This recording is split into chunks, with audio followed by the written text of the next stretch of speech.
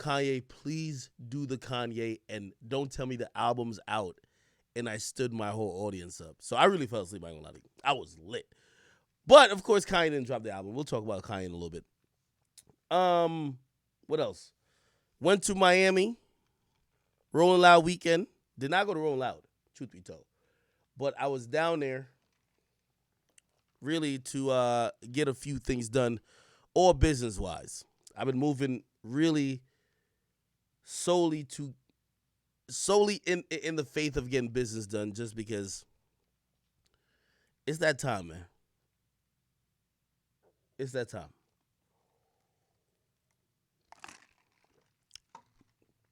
Let me first and foremost just say this. I don't know who got the crown when it comes to this little podcast shit, at least with the urban people that's concerned. I don't know who got it. I don't care. But I'm here to tell whoever who got it, Akademiks wants it. I don't give a fuck who got it. Okay? And as usual, how I give it up, I would love. I feel like I'm a challenger myself, but I like everything. So y'all let me know who got it. I'm here to. Let me give a real analysis of this. This podcast space has been a real whack. There was a real lit moment during podcasting. I'm only talking about the urban space. It was really dope. For some fucking reason, nobody gives the audience what they want to see no more. Just a bunch of people just talking about it. And by the way, some of these individuals I really like. They give really good takes. I like their takes. I like their opinions. Everybody chimes in on topics, whatever the case is, whatever the hot topic is. But I remember when podcasting used to be what the people wanted. And I'm here to tell you that my podcast is coming very soon.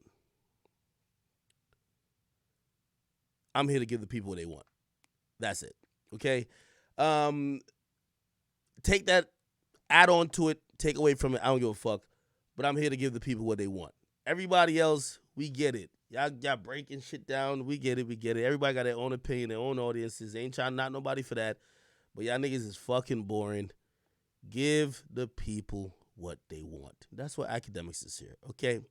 You'll notice that I have a trailer that, well, the trailer hasn't dropped yet. Damn. Kind of snitch on myself. You'll notice I did an episode when I was in Miami with WACK100 and 6IX9INE. It's going to be probably like the trailer almost. Actually, I'm titling it the pilot for the podcast. So if you're wondering, the episode with WACK, me, and 6IX9INE is coming Tuesday. The podcast isn't starting Tuesday. Just to let you know. It's a pilot episode type of thing. I just don't want to be like these other niggas, man. These niggas is like, y'all be watching some of these niggas. They're so fucking I don't know. Yo, who runs the podcast game? Somebody just let me know. Who the fuck runs the podcast game these days?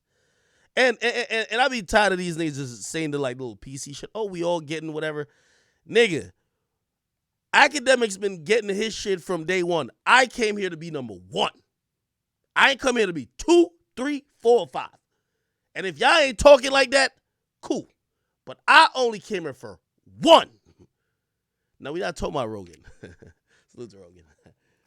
I'm talking about the hip-hop podcast sphere. And if your podcast about some other shit, I ain't competing with you. You feel me? I ain't gonna have no girls like, you know what I mean, squirting on chairs. That ain't my shit. I'm talking about if you're having cultural conversations, hip-hop conversations, who got the spot right now? It will give me a bar to aim at. And not, by the way, I don't want to take shots at nobody. You get me? I like to compete. You know what I mean? Half of these niggas, let me not get off my pivot because I was about to mention a whole bunch of shit.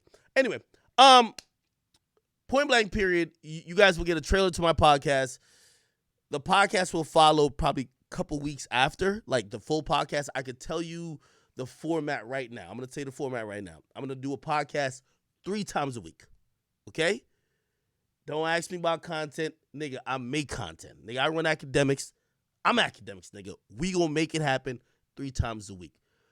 Twice a week, you gonna have me just rambling, talking shit, clowning, joking, ranting, violating, doing whatever you see me do on Twitch, except on steroids.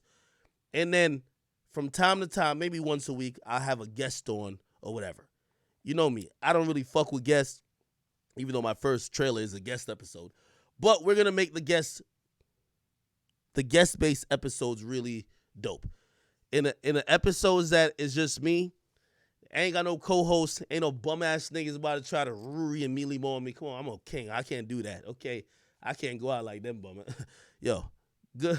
Whatever they got over there, good shit. Anyway, I will have rotating guest hosts. You on today, you off tomorrow, nigga. All right? The only common face you gonna see is the chat nigga king is me, nigga. Straight up. We ain't with that other shit. You ain't gonna never see another nigga who was ad-libbing me come take my shit. Never in life, okay? So you gonna see, I'm gonna bring in everybody.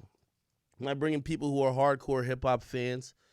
You know what I mean? I might bring in, few people with interest and perspective. Might bring in a few thoughts. Might bring in a few, respectable women. Might bring in a few educated people. We're gonna try to keep the topics kind of centered around the culture. But that is to come. And y'all could tell me who y'all think should pop on for episode or two.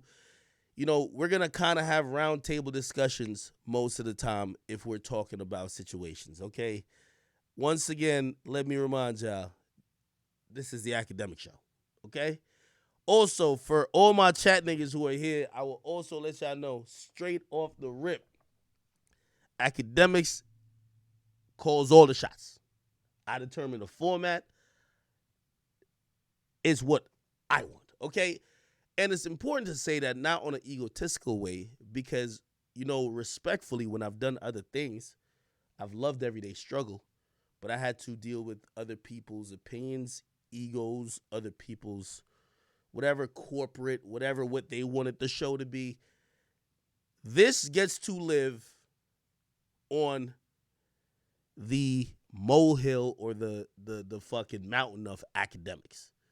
So if we succeed, it's going to be because what I say or what the direction I want it to go in works or it doesn't work. And I'm down to take fully responsibility if it doesn't. One of the things that when I did Everyday Struggle, there's a lot of times topics I wanted to touch, guests I wanted to have on, debates or whatever I wanted to get into. But it wasn't a dictatorship. I couldn't just be like, that's what's going on. And that would be a bad teammate. And I'm a good teammate when it comes to shit like that. So, we passed on certain guests that I would personally have. We passed on certain things that I would personally delve into. We passed on many things that I would think that this is whatever. And, thank God I had my YouTube channel to kind of make up for it. But on this particular podcast, we'll get into everything. There ain't nobody on my show like, oh, Act, don't talk about that. I'm going to tell you this already. Off the rip. Somebody tapped me already. They said, Act, do you want? I submitted a 3-hour episode. I won't say, salute to my partners. Y'all find out about them later. Somebody tapped me. They said, yo, do you want a lawyer to look over this? I said, nah. I make all the decisions, which I like. I said, nah. I thoroughly vetted, looked at everything.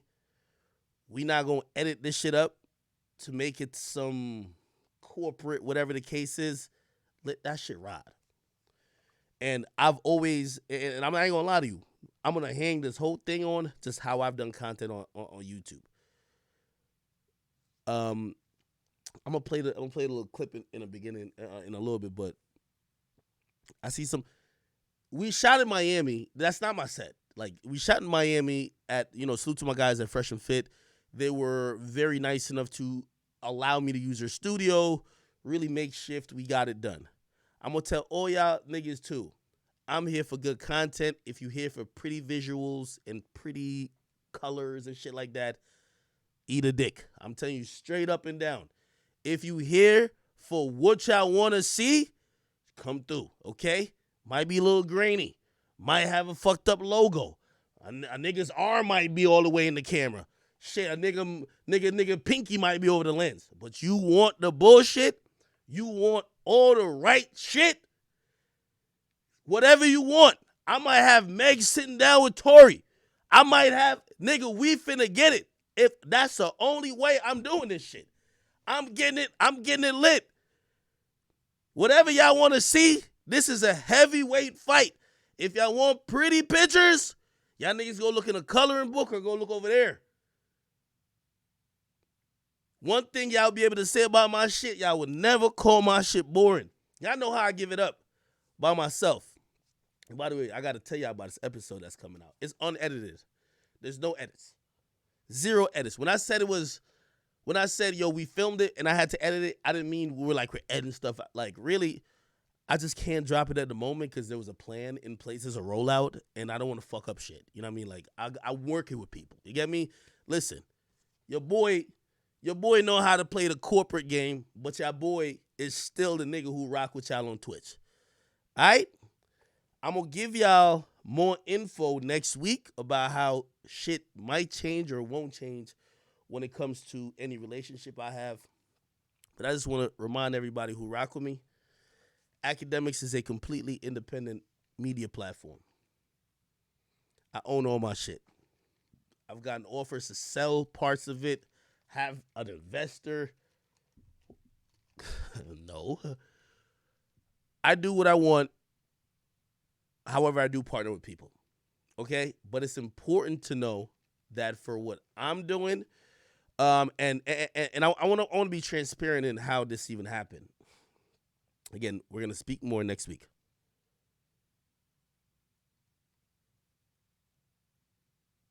I linked up with actually I won't mention it now. Next week we'll have the full conversation. But anyway, the whole point of me saying that is that I don't want y'all niggas to start being on some fake shit with me, like yo, act you whatever. No, if y'all don't like nothing, blame it on me, straight up. I'm the full boss. I'm producing this whole podcast, which means, like, you know, if you're in the New York, New Jersey area, you know, I found some dope dude that did illustration recently. He just made like a little dope ass logo for me, a new one. Y'all gonna see it. But I'm doing everything myself. I'm an independent entrepreneur. This is how I came up. If it got to look a little fucked up at first till we get to it being perfect, rock with me. Just rock with me. Okay? I'm making changes on the fly. Every time I get some advice, I read all y'all comments. I seen some people say, yo, Ack, we love you, but that logo ain't it. I immediately hit my niggas. I said, I bet you this ain't it. All right, come on, what we about to do? We got some other shit that we rocking with for now, and I'm going to get y'all feedback. So I only say that to say, I don't care which corporate partner you're going to see on this particular situation. I own what's it called? On the Sticks. So On the Sticks is a show that's owned by me. It's licensed from me by Complex. But a lot of it is Complex. Like, you know, once I license it to them, I do have final say, but a lot of their shit is kind of already set in stone by a lot of the sales team. When they come to me like, hey, so-and-so wants to spend this amount of money on this season, blah, blah, blah, this is their terms. You know, yeah, I could kind of argue, but shit, part of it is kind of securing the bag. You know, it's a show that was really inspired by Twitch. But this podcast I'm giving y'all the get-go now because this is like my baby. I'm going to tell you how long I've been working on this. I took my first meeting we started looking to take meetings. Me and my lawyer, a year ago. I was still on Everyday Struggle. But I felt like that platform was a little bit different, and I needed a platform that I could be me and me unapologetically, and that I could ascend with. I'm telling y'all now, this is a platform that I've chosen. For what y'all used to see me with Everyday Struggle with, this new podcast, I'm putting my all into it. So I know y'all, I was just not streaming because whatever. I'm doing mad, nigga. I'm doing mad shit. Like, I'm building out at my headquarters right now. I'm building out that studio, and I mean when I mean everything, this is the part where I know you. I, somebody told me they're like, "Yo, you should film this." Man, I'm building this shit out from scratch. Like people be asking where the team at. I'm like, nigga, I'm in there lifting boxes. I'm in there fucking sweeping, mopping, doing everything every day. I'm not bigger than the work. You feel me? I'm an entrepreneur. I'm gonna get it done. So I'm building out my studio. Y'all will eventually see that when the show actually premieres. You'll see what my studio looks like. I don't even know what it's gonna look like. I mean, I approved a couple designs. I'm paying for shit. It's gonna happen, but I'm putting in work to get to it. You feel me? Yeah. So y'all will see that. Did I miss anything? Yeah, nah, it's not no big bullshit. It's like, yo, you gotta be humble enough. For me, I'm humbling. Yo, remember I told you I had a headquarters space that I spent goddamn near. I got it on my birthday 2 years ago. I've never used it. I damn near spent almost $200,000 in rent. I'm renting the spot. It's a big ass commercial space in a real nice spot. This is the first time I've gotten an opportunity to use it. So I'm down hella money, but who cares? Let's make it in the future. So, like, bro, for anybody who watch my vision, I hope if you a chat nigga and you hear, listen, you see all them dick riders, we gonna make some announcements next week. Everybody gonna be like, damn, this nigga act just keep winning. Oh my God, this nigga act. They gonna be mad tight. Nobody gonna ever be with you on the ground level when you catching them L's. When every time they taking money out of my bank account and I'm tight. When I'm fucking, like, I'm walking up to the motherfucking Jersey City permits office. I'm trying to like, yo, what's up? I'm paying. What's good? Nobody see that. I'm trying to give y'all the full 360 view. This is not all just happy-go-lucky. This is not just we're having fun and money's raining from the sky. This is a lot of me putting in work. This is me even, like, I'm at the point where I'm like, yo, of course I'm waiting on some designers to do certain shit, but I'm like, man, if we got to get this shit soundproof, like right now, they finally built out some shit. I spent 35 grand on that. They were killing me with permits. Took so fucking long. They stopped work for the dudes that was doing it. We had to pay for motherfucking some extra insurance shit because I hate calling racist. I'm bitch. It might sound like I'm bitching to y'all. I'm giving y'all the plight of an entrepreneur. Don't ever think or say you want to be me unless you're down for everything. Getting on this mic right here and I violate niggas and talk and have a good time. This is really easy. But I want to give the people who inspire. And by the way, I also want to shout out to my guys over at Fresh and Fit. Because, I did their show recently. And one of the reasons, I wasn't even going to do their show. But I had to. They told me, they said, we got the idea of making our own platform from watching y'all. From watching you. Like, we're chat niggas. I looked at my DMs. He was DMing me from 2017. Now he has a really good product. He has a really good platform, and I'm really happy for him. But if I don't ever give y'all anything, I would hope to give y'all the whole plight, the whole truth, not just the glitz and the glamour. And I know recently I've only been showing, like, I've been showing the glitz and glamour shit recently. Like, you see the cards it's in third. Next time when I'm mopping up this spot at midnight or whatever the fuck going on, or I'm like, I ain't even gonna lie, next week I'm gonna be painting. I ordered paint. I'm about to be up in there painting. I'm sorry. I gotta let y'all know, to be a boss, you gotta do all of that. You gotta do what everything a soldier would do. And that's why, I have the utmost confidence that it's gonna work. But I like to bring y'all along with the journey. Anyway, we'll get more into that. If you watch me on Instagram, I'll show y'all more of that. But let me tell y'all how this first episode came about. And there's a clip that we did. It's 3 hours long.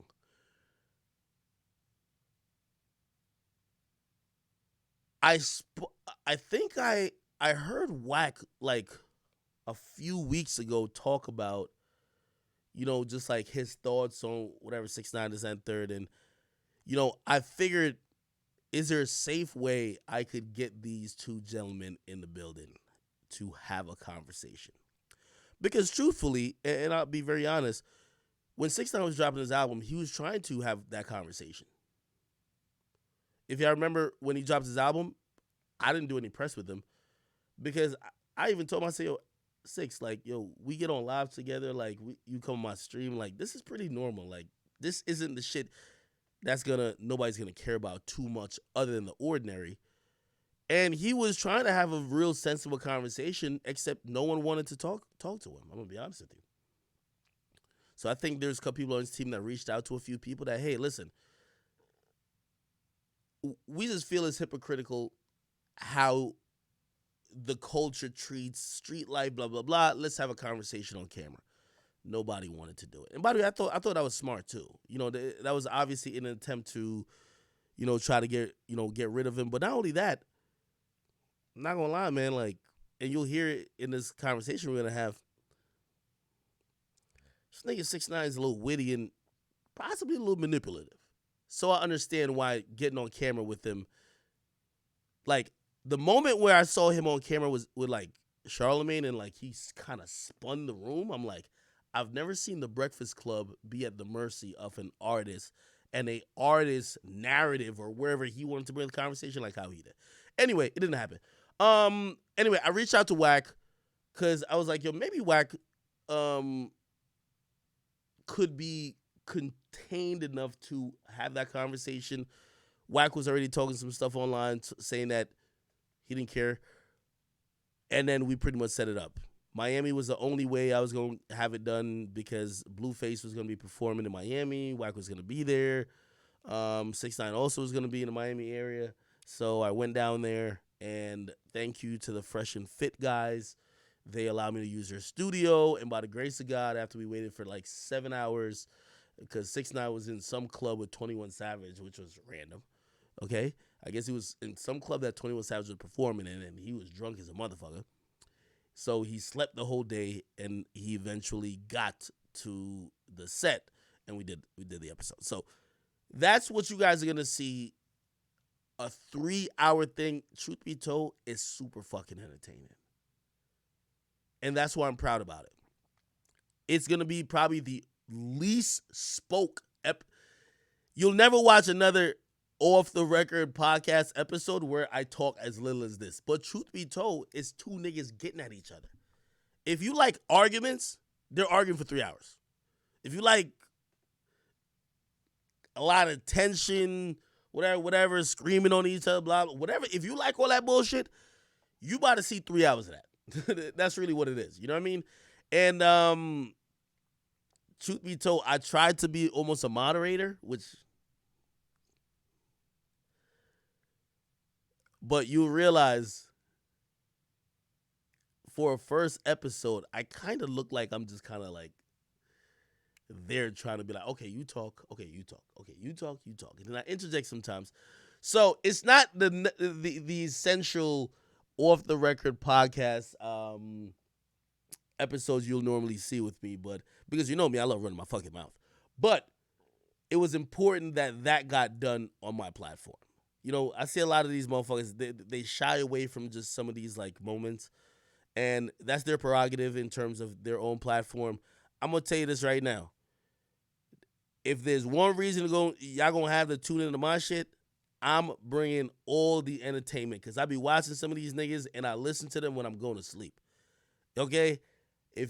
I'm only here for entertainment. All right? If it's not entertainment, I don't want it. All right? I'm not here to fucking lecture y'all about how y'all live your life.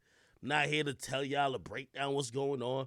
No, nigga. I'm here to entertain you. When you laughing, even if you saying fuck this nigga, if whatever you're doing, that's entertaining. That's all I'm here for. I'm not here to give you a Bible lesson, a street lesson, a music lesson. We just here to have fun. If I could get Ace and Fulio, I'd do that shit too. Bulletproof glass in between them motherfuckers. Who cares? I'm telling you. I don't care. But that's what I'm trying to tell you the prerogative of this is. The first episode is coming out then, and we'll get some more announcement next week, all right? I don't want to completely kill it. If I'll play lightly what a clip is. Where's a clip of this shit? By the way, we have an Instagram for it. It's called Off the Record Clips. So, Off the Record Clips, Instagram Off the Record Clips. Don't worry, chat. I'm in the mode of hiring people. I'm gonna hire someone to actually run this. By the way, if you don't know, I've never hired somebody to run any Instagram of mine. Fuck that. But this here, like, I'm gonna build out a team for the show. I'm hiring some editors. I'm hiring some, camera technical people, and I'm gonna hire a social media person. I believe. Anyway, let me play this shit.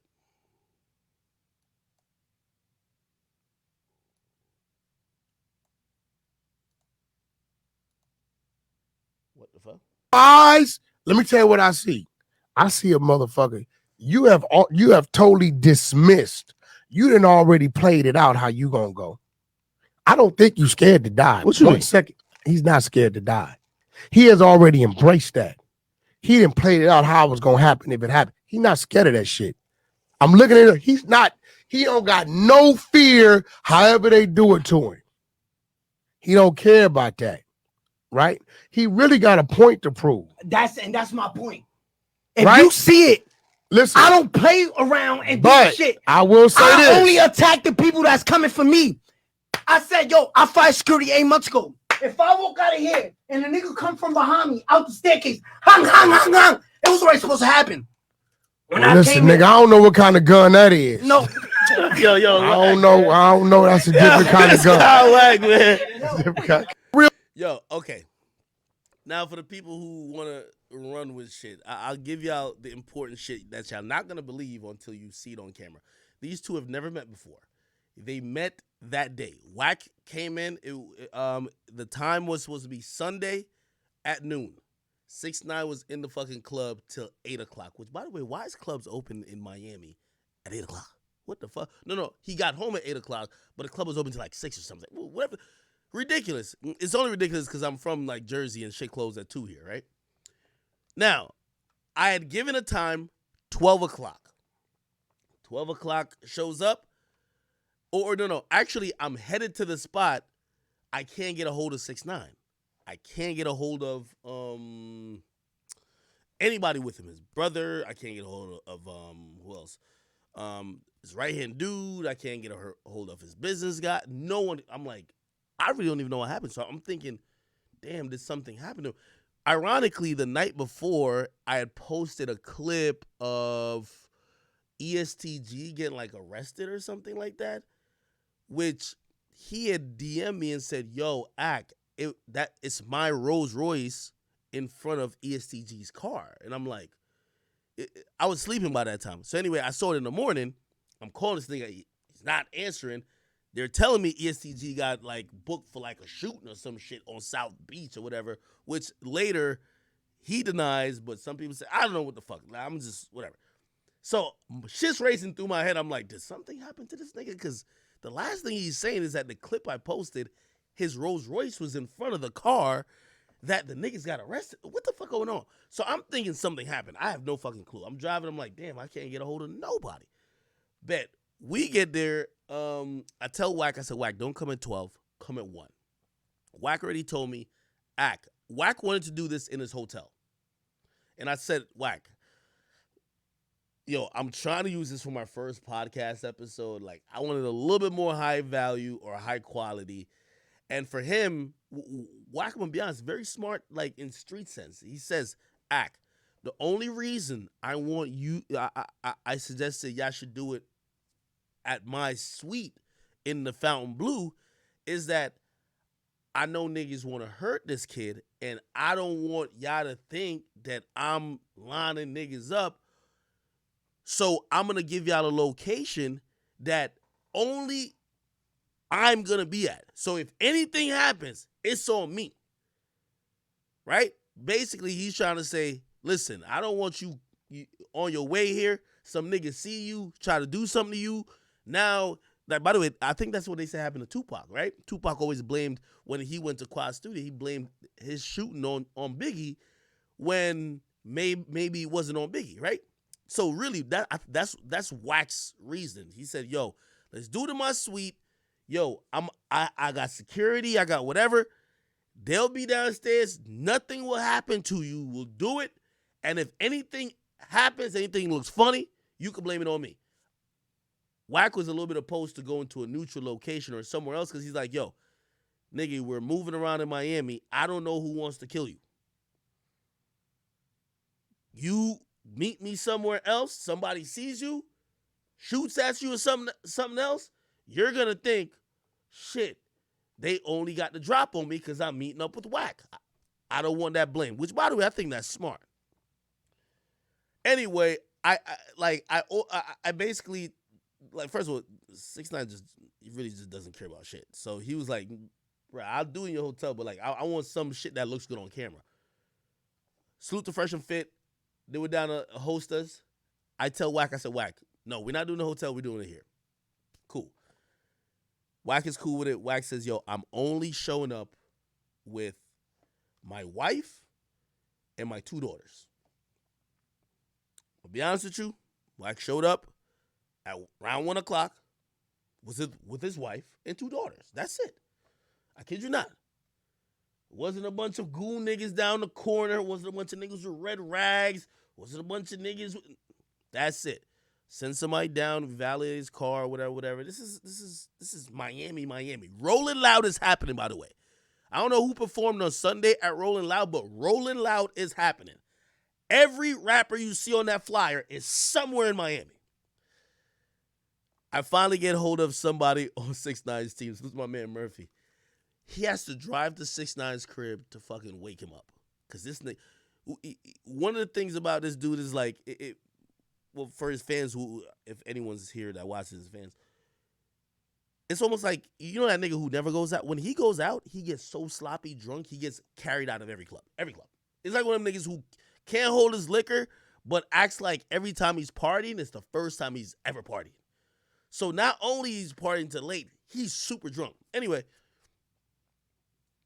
his business dude wakes him up, and I say, yo, bro, I'm here with Wack. We're waiting for you. You're not even, like, you're sleeping, nigga. Get your ass up. They literally get him in a car. He pulls up to Miami. Like, some of these details I'm telling y'all gonna just say I'm lying just because, like, it's hilarious because I even said it to Wack. I'm like, I don't know why people really think that, like, 6ix9ine's moving with, like, complete, fully... I'm going to be honest with you, and I'm not glad that he said this. He did fire security, like, mad long ago. Like, but he's not on the scene as much. He does have security. He comes to Miami. He pulls up to the spot. He says, act, because he had called and Leaf was with me. He was like, yo, could y'all get me, like, I don't know, he likes McDonald's coffee or whatever. I'm looking at him like, who this nigga? First of all, I get it's my podcast, but I'm like, I'm sorry. I'm not accommodating guests. I know this nigga. I'm not accommodating him. Yo, he's like, yo, I need a coffee with 4 Splendors, 4 this, that. He's telling me, I'm like, so I tell Leaf, I'm like, yo, nigga, just order some shit, whatever. So he gets to the building where we're at. We waited 6 hours for him. I hate rappers. He's like, yo, is the coffee there? I'm like, it's on its way. Anyway, he realizes it's not there. He fucking leaves, I kid you not, hops out of the vehicle. This is straight Miami. Doesn't have security. I'll tell you who he's with in a second. Walks into McDonald's himself, orders his coffee. I'm only telling you this because when y'all see it on camera, y'all going to think it's a lie, this and third, and nobody could change our mind. Who cares, though? He comes back. He finally meets Wack. He meets Wack for the first time. Whatever. What they kind of politic for a while. I don't know what Wack was basically telling him, like, yo, I don't know, like all this real shit. And real shit. Oh shit, real shit. And to speed this fucking story up, we get on camera shortly afterwards and we do it. The people who he showed up with, which everybody I guess just assumes, and by the way, I'm not even, like, truth be told, if I'm him, well, he doesn't really care. But if I'm him, I would bask in that. Like, he's trying to let people know, like, he really has no security now, which he doesn't. But I ain't gonna lie, there's been times I've capped for him in terms of like, yeah, I could try to kill him, but yo, he got FBI niggas. He got nobody with him. Like, I'm kid you not. He showed up with one dude as his businessman. The other dude was bringing his chains because he literally brought $1 million in jewelry. His camera guy, Don, that was 3. Yeah, that's all he had with him. No, and another guy. There was another guy too. I never seen that guy before. Anyway. No, none of the extra shit. So literally, WACK showed up with his wife, 2 kids. 6ix9ine showed up with 1, 2, 3, 4. 4 people. That's it. We have the episode. You'll see it. By the way, everybody 6ix9ine shows up with actually gets brought on camera by WACK. I don't want to tell you too much exactly what happens, but WACK is pretty much fucking surprised that this nigga is rolling around with no security. And I think that's what goes into WACK's point in terms of saying everybody who was saying, oh, we not going to do this. And by the way, I get it. Like, we not going to do this. We not going to do that because he's rolling with this. No. He was in the club with what's his name again? 21 Savage, and he didn't have no security. I kid you not. Somebody says, you're giving out too much info. There's not too much info. You're going to hear the episode. That's all they talk about. Like, 6ix9ine wants to let niggas know. Like, I don't know what it is. I'm telling you. I don't like that. But you will see it. And also, WACK had mentioned, yo, I was shocked. The motherfucker came without security. You're going to see. And 6ix9ine goes through extreme lengths to prove he does have security. I don't know why. Again, it's on the episode. I tell him on the episode, it's fucking stupid. Even WACK saying he only came with his family. I was like, yo, nigga, you should kind of move a little certain way too. Whatever the case is, it's beyond me. Anyway, it's a really good and interesting episode.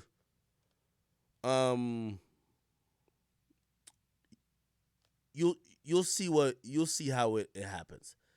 It starts off the first 20 to 25 seconds. I do an intro, and they're at each other's neck. At each other's neck instantly. So, somebody said I'm about to spoil my own shit. It ain't gonna spoil it, nigga. Y'all don't know how it looks. Like, I could tell y'all, but y'all don't know how it looks.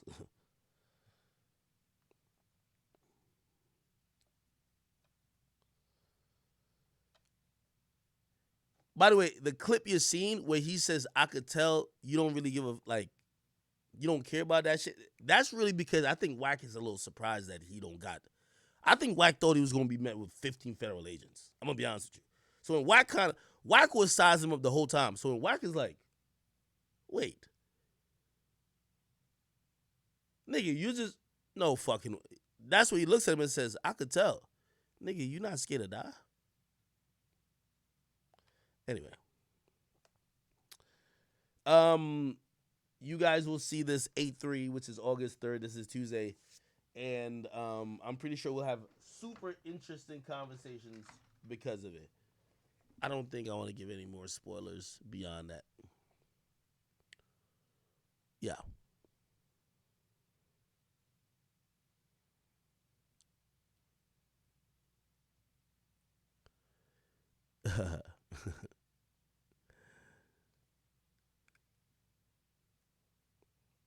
Somebody says what?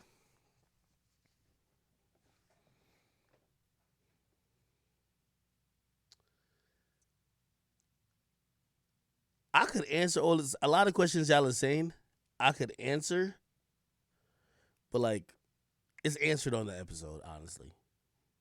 If you're saying, why does he have security? You'll hear why he don't got security. If you're saying, he talks about everything. I ain't gonna lie to you. Everything in the fucking world he talks about. He, like, yo, you see his baby mamas? Oh, they're gonna love this. He literally talks about the whole situation with his baby mamas. Oh, they're gonna die. Oh, they're gonna love this. They're gonna love this. Oh my God. They're about to frame this clip. Let me see what else.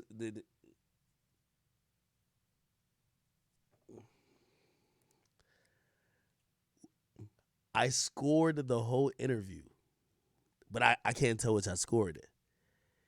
I'm gonna just tell you this, and maybe it'll fuck it up for y'all.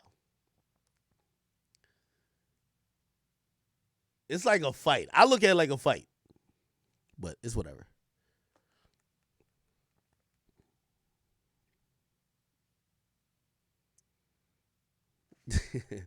Nah, I'm not gonna ruin nothing, man. I'm not gonna ruin nothing. Nah, it's good. It's good. Somebody said, will I have a permanent co-host at some point? No, I'm gonna have a bunch of reoccurring people. Honestly, like to give examples. Look at how Joe Rogan does his shit. I'm gonna keep it real with you. This is gonna be the closest thing I could possibly do to a premium version of Twitch ever. So what I mean by that is I come on here and I pretty much get into topics this and third. It's going to be way more prepared, obviously. It's going to be different content, more in depth. I have some voices that, we could go back and forth with, but I don't stream with the nigga sitting next to me. So, I'm going to keep it like that. But I'm going to also have many guests. Like, for example, I'm going to interview rappers. I'm going to interview people within the space. But also, I might have a panel. Shit, it might be one day me. I don't know. Let me see. Who y'all like giving? I don't know. Yeah. Like, respectfully, like, it might be me, Wayno, and somebody else that y'all like with commentary, just like on an episode. And we just kind of rapping it. You know what I mean? So, I don't know if I would be in love with an idea where it's just me and one person every day. I don't know. Maybe. All right. Anyway. Yo, this is fucking gold. I'm telling you. This shit is gold. This shit is motherfucking gold. I kid you not. Oh, yo, of course I want to get, I want Almighty J and Namir on same time, same room. I ain't gonna lie, like, I don't even want to be like that. First of all, this just happened. So it's not like I don't want my interviews or like when I have like rappers on that I might want to talk to. It doesn't have to be like this, but like, shit, this is how the first one turned out. Fuck it. You know what I mean? That's going to be really the mode. Fuck it. Like, shit, if it's a situation where, like, hopefully, you know what I mean? Obviously, if it's somewhere I get a Drake or a Uzi, obviously, we going to talk all day, just me and them. But shit, if we get like Almighty J and Amir, I'm putting both of them niggas right there, and I'm sitting there in the middle with popcorn, nigga. We gonna get to the shit. We gotta get entertainment in this shit, okay? And by the way, I'm gonna be very honest with you. This is my most proudest thing about this conversation here. Ain't nobody get hurt afterwards. Ain't no weapons come out. Ain't nobody get, you know what I mean? I'm going to tell you, there's some tense moments, though. 6ix9ine was kind of screaming at WACK's wife. Man, it's crazy. I ain't going to lie. It's crazy. I got to watch it again because WACK's wife was kind of getting into the shit, too. I was like, but she didn't have a mic. She was behind the shit. She was wild.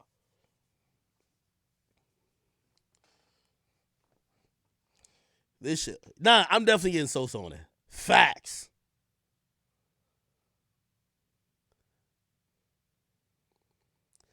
No, I'm not doing no more spoilers. But this shit is so goated, man. I'm telling you. This shit is so fucking goated. Damn. Nah, I'm definitely not getting. Yeah, all right, y'all niggas be no realistic now. You said Drake and Kanye. Nigga, if I get either one, I'm good. I don't need both of them at the same time. I don't even want both of them at the same time. Nigga, I just want one of them.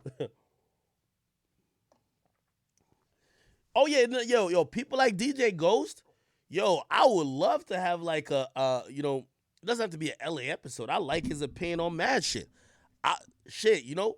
If he's free, he could come kick it with me on an episode. Like that. That's a dope shit that I wanted to kind of carve out. You know what I mean? Where it's like, yo,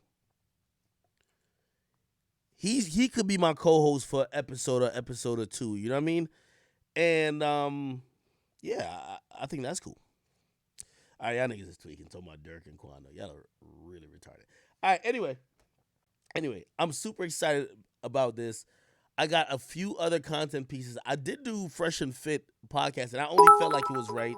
I wasn't trying to do press, but I had to do their shit. You know why? Bro, they were so nice to me. Like, they were so respectful, really dope guys. They, like, really went above and beyond. You know, also they chat niggas. I had to do their platform. It was so fun as well. So, if you guys ever heard about the Fresh and Fit podcast, like, yo, I did it. Really dope.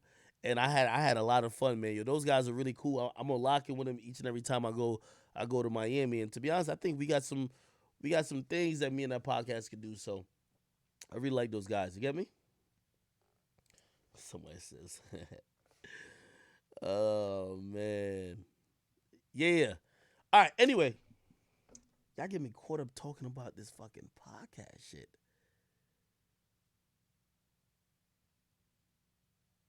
By the way, the title Off the Record I had for so fucking long. Like, it was just in my mind for like 2 years. And really, I guess this is why this little shitty logo kind of came about.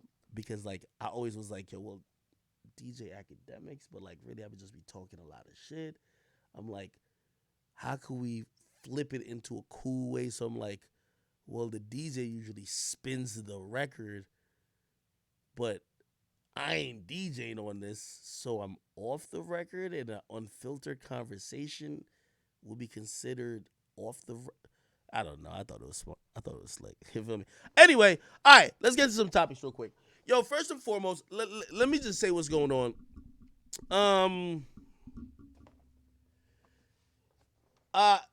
Dababy. I want to give Dababy some advice right now. Dababy, I fuck with you. And being someone who was at the mercy of the cancelers, and you might think at this point that you're bigger than being canceled, and I've seen some of the tweets you sent. I cover them too. I'll put it up here. I want to let you know that no one is bigger, and I'm actually going to quote WACK100 on this. No one's bigger than the program. You know, I rock with Dababy heavy, but I want him to tread lightly. And I'm going to use myself also as an example, hoping that he gets it. But, you know, he made a couple of, like, posts. Like, for example, this. I think Questlove said something about him. He says, nigga, I ain't even trying to be funny when I say I don't even know who this nigga is, dog. And I don't care about losing you as a fan, my boy. You or any other nigga who want to play father leader. This superstar, he's talking about himself, you was a fan of as a stand-up nigga. You ain't never seen one of those, huh? Right? Then he also said, these niggas really think they gonna influence people to stop fucking with the influence? They go crazy about what I say, not y'all. I got the influence and the nuts, nigga. Y'all cheerleaders. He then continued. He says this. He says, I got the hold, nigga. Y'all niggas lame and burnt the fuck out trying to use the LGBT community to make a comeback. The LGBT community don't need y'all. Y'all need them. Now, I'm going to play really quickly what has offended so many people, and it's literally a clip of him at Rolling Loud where he made these comments. And give me 1 second. He made these comments right here, okay? Oh, my bad. Right here. Oh, that's what was he. You didn't show up today with HIV, AIDS, any of them deadly sexually transmitted diseases that'll make you die in 2-3 weeks. Put a cell phone light in the air. Lady, if your pussy smell like water, put a cell phone light in the air. Fellas. Lights up. Fellas, if you ain't sucking nigga dick in the parking lot, put your cell phone lights in Let's the be air. real about this shit. Yeah, keep it fucking real. Some of y'all niggas suspect as a motherfucker. Let's be real. All right. Okay. So that was the thing that, you know, kind of went viral, offended a lot of people. Now everyone is whatever. People have deemed those comments to be homophobic and also very prejudicial towards people who may have HIV. Also, it's allegedly, I'm quoting the people who have a problem with it, they're saying it's kind of insinuating that gay people have HIV.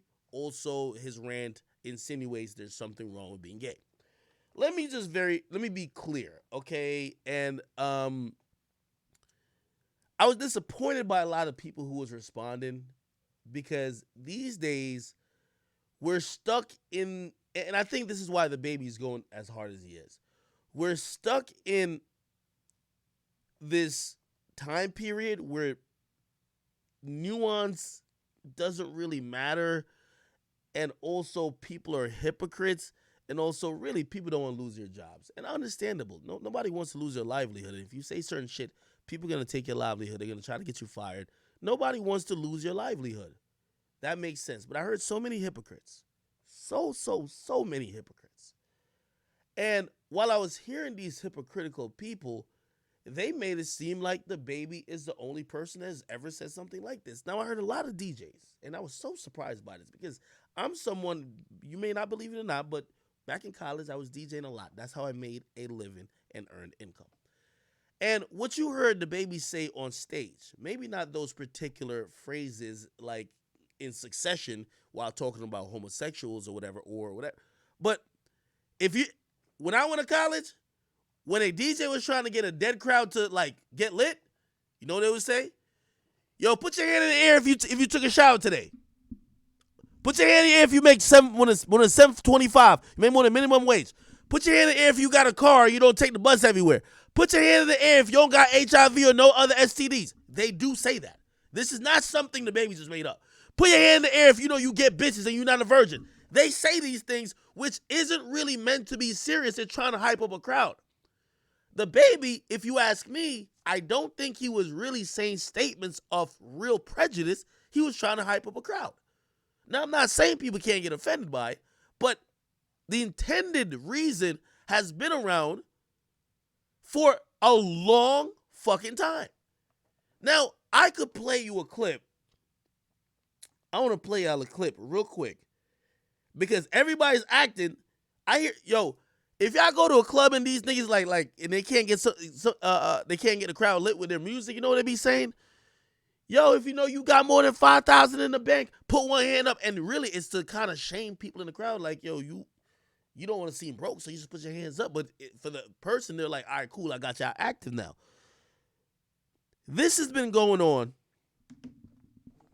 This has been going on for so fucking long. And give me a second.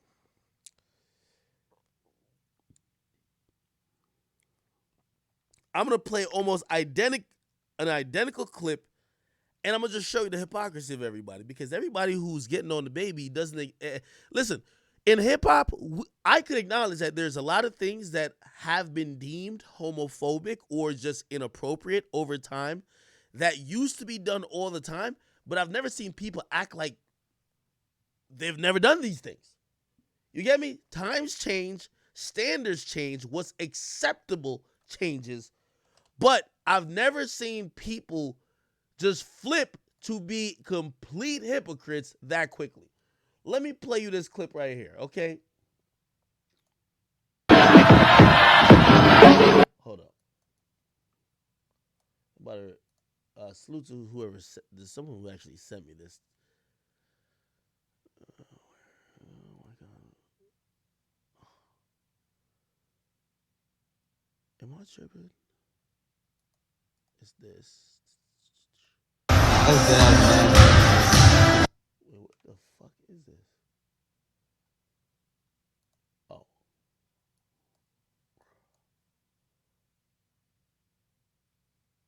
Damn, how could I play this shit?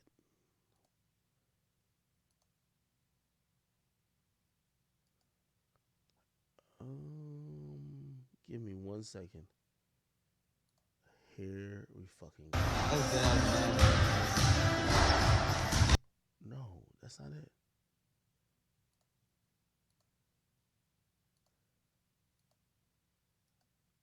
Chat, I never know what the fuck I'm doing, huh?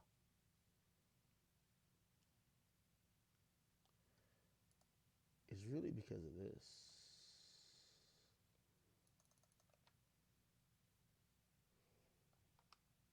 Oh, there we go. I knew it. All right, chat.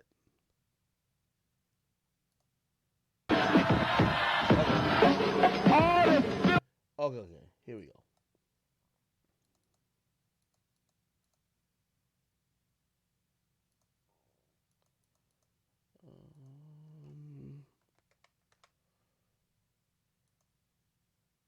1 second.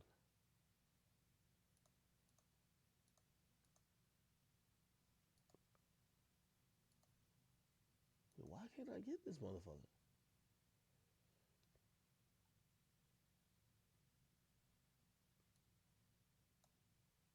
All right, man. I'm sick of this. There's actually no video. It's just audio, really. But I don't think y'all get it if y'all don't see at least the picture associated with it. All right, fuck it. Okay, cool. Here we go.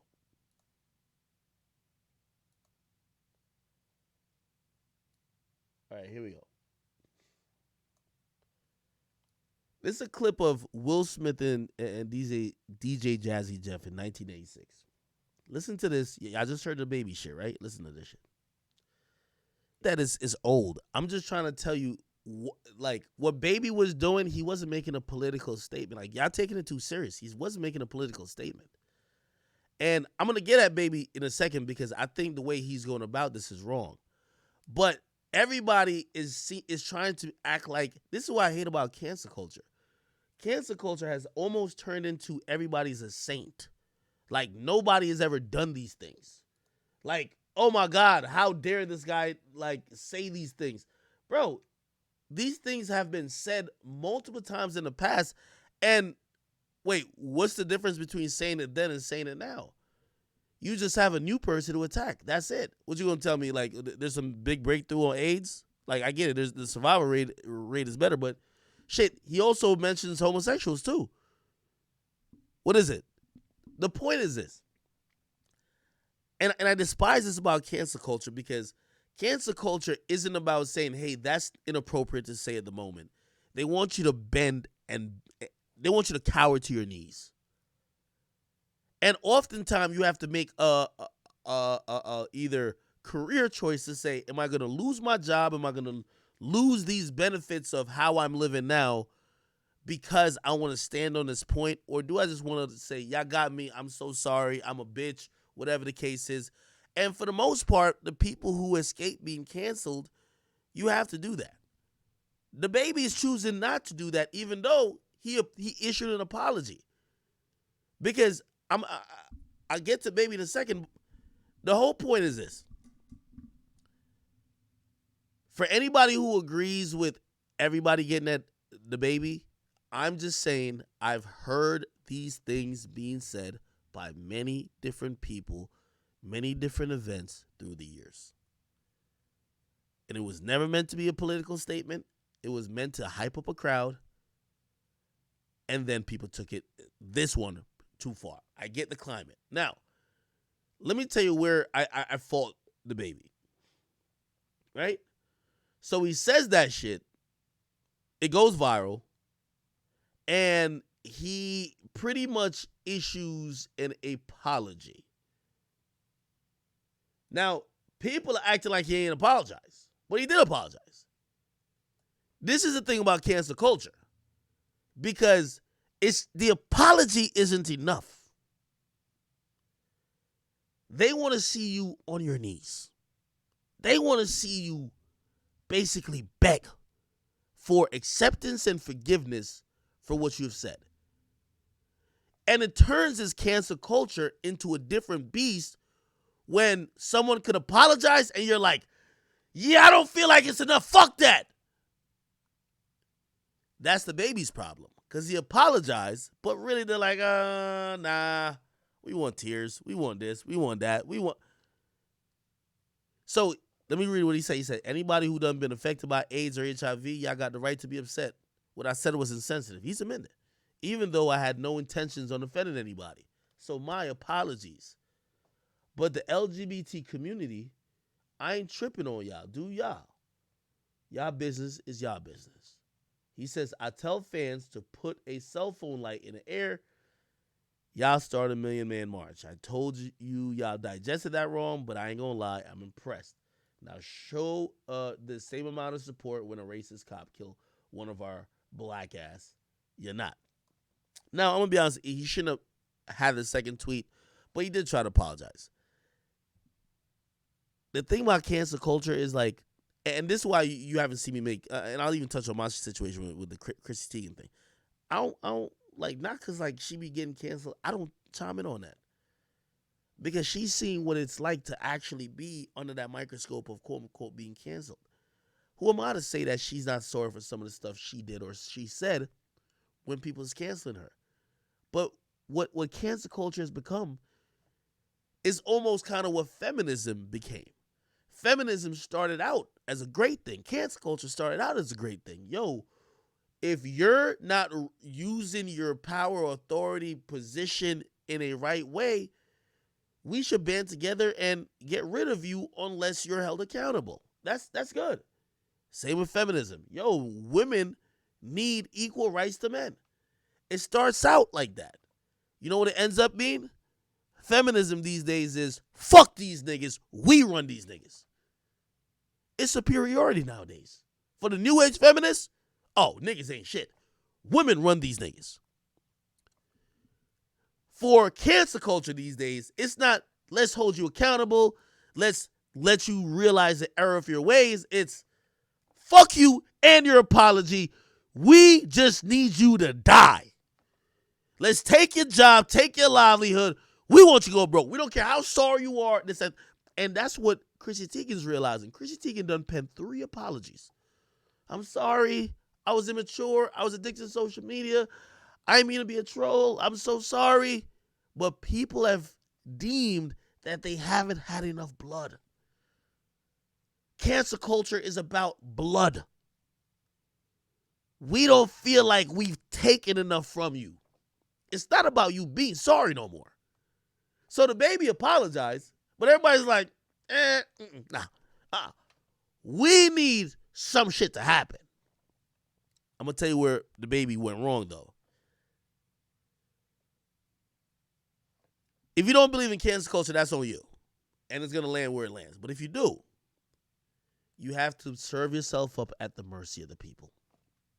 Or be prepared for this shit to not end. And Dababy apologized. Remember I told you, it's not about the apology. But they haven't given the people, that's what I'm telling you, this is how cancel culture is. They haven't given the people enough that they'd be like, oh, we're good with him. He learned his lesson. He's still sticking his chin in the air like, and maybe now in this tweet, but remember the shit I read about him before. Look, for any brands, networks, see, they don't want to hear this. Let me make sure I can see it. Sorry, chat.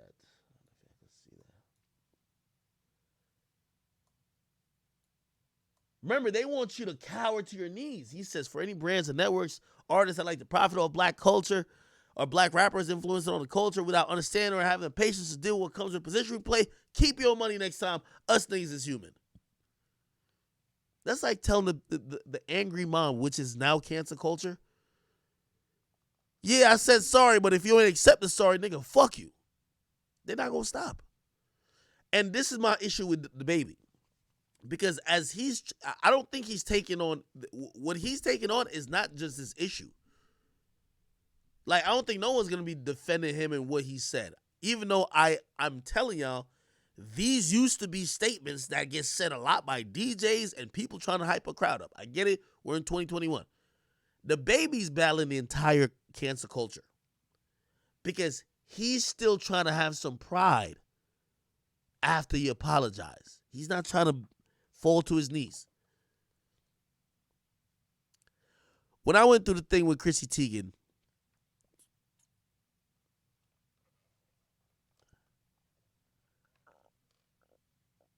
I didn't have to apologize. But there was a kind of, and by the way, the apology could have been written if I chose to do it. But I could tell with all the people who I worked with, I partnered with, and everything of the sort, there was a heavy, like, yo, listen, bro, even if you still feel like you had a point in what you said because you felt she was attacking you, you just have to blanket apologize and fall on the sword. I'm sorry. I'm sorry for all women who are offended. I'm sorry. I got it.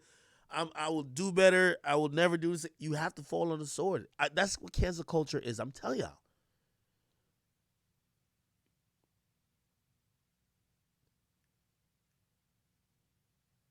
And for everybody involved with me, it was like, listen, this is the only way to stop the bleeding.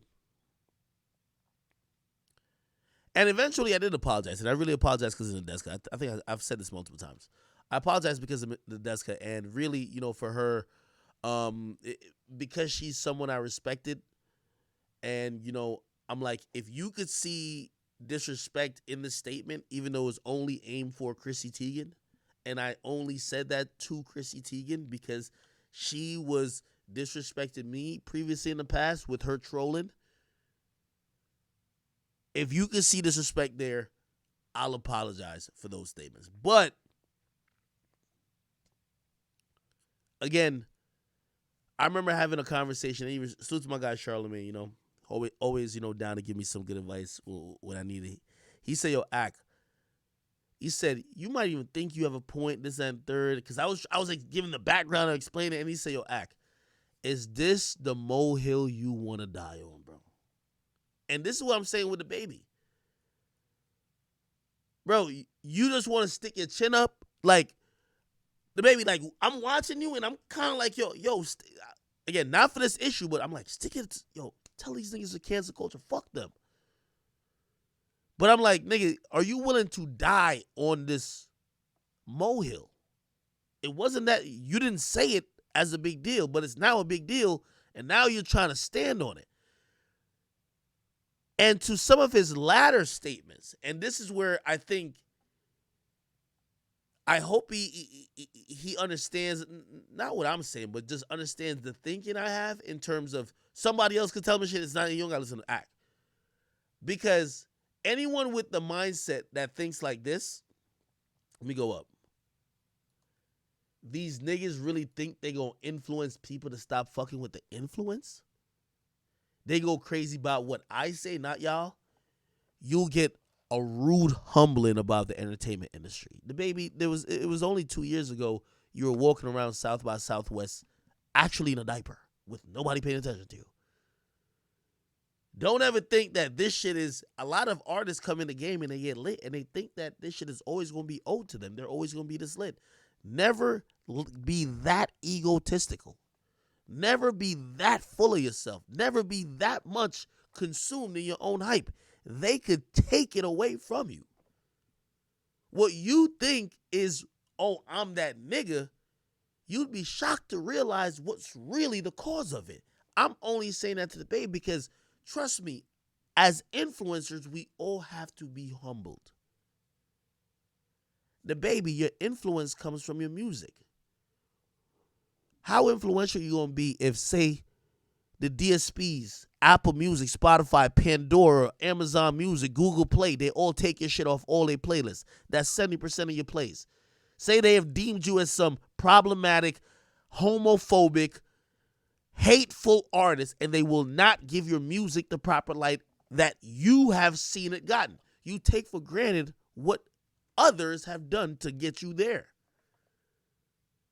They take that shit away from you, you'll see how quickly you start apologizing.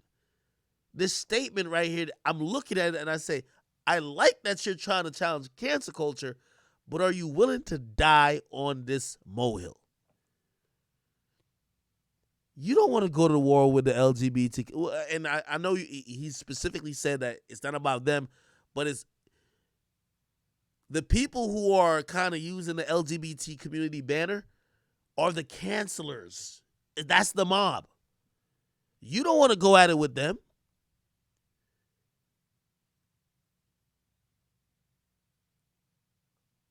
And I just can't understand why he's trying to fight this fight so much, because somebody told me that he's already getting removed from certain Apple Music playlists. Bro, when they start hitting your pockets, you're going to realize, again, to quote WACK100, nobody's bigger than the program. You're not bigger than the program. When artists start saying that, yo, you can't get him to stop fucking with me because I'm the lit nigga. Why are you lit? For any artist in the industry, let me break it down why y'all lit. It's not because the people just love you. Your music get marketed and played on radio stations every 15 minutes on the hour, and it's a paid campaign. your music gets marketed and promoted to all these other outlets as paid campaigns. You have promotion teams, radio teams that are paid to try to get people who either have independent playlists or whatever the case is to like y'all songs and playlist it as part of paid campaigns. Now, sometimes it gets to the point where people say, hey, they want to take a stand on you, and your money or your label's money can't move shit around no more. We saw what happened to Tory. Nigga, Tory's still in disbelief. He can't understand what the fuck. You think Tory don't want to get on here and complain like, yo, I thought it was innocent until proven guilty. Tory hasn't gotten a fucking playlist since.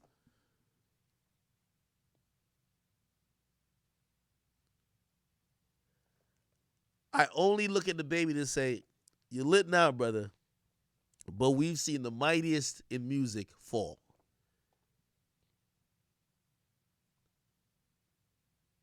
There was a time that 6ix9ine was telling even niggas that the DSP should suck his dick. He was telling everybody. You know what they stopped doing? They said, I bet you'll never see a playlist again. You know who would want to be on the playlist? 6ix9ine. I only say that to say, Dababy, bro, just apologize, move on.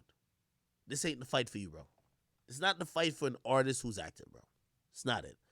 If you're down to trade your career or trade how lit you are, or if you think you're going to be forever lit, you are very much mistaken, my nigga.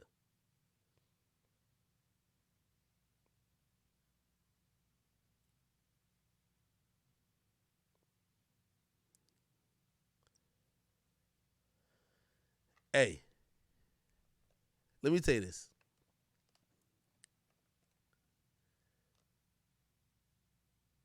There's not one artist that's so big that they could sustain a career for 4 or 5 years if the whole industry blackballs them. Not even one. Not one. Not even Drake.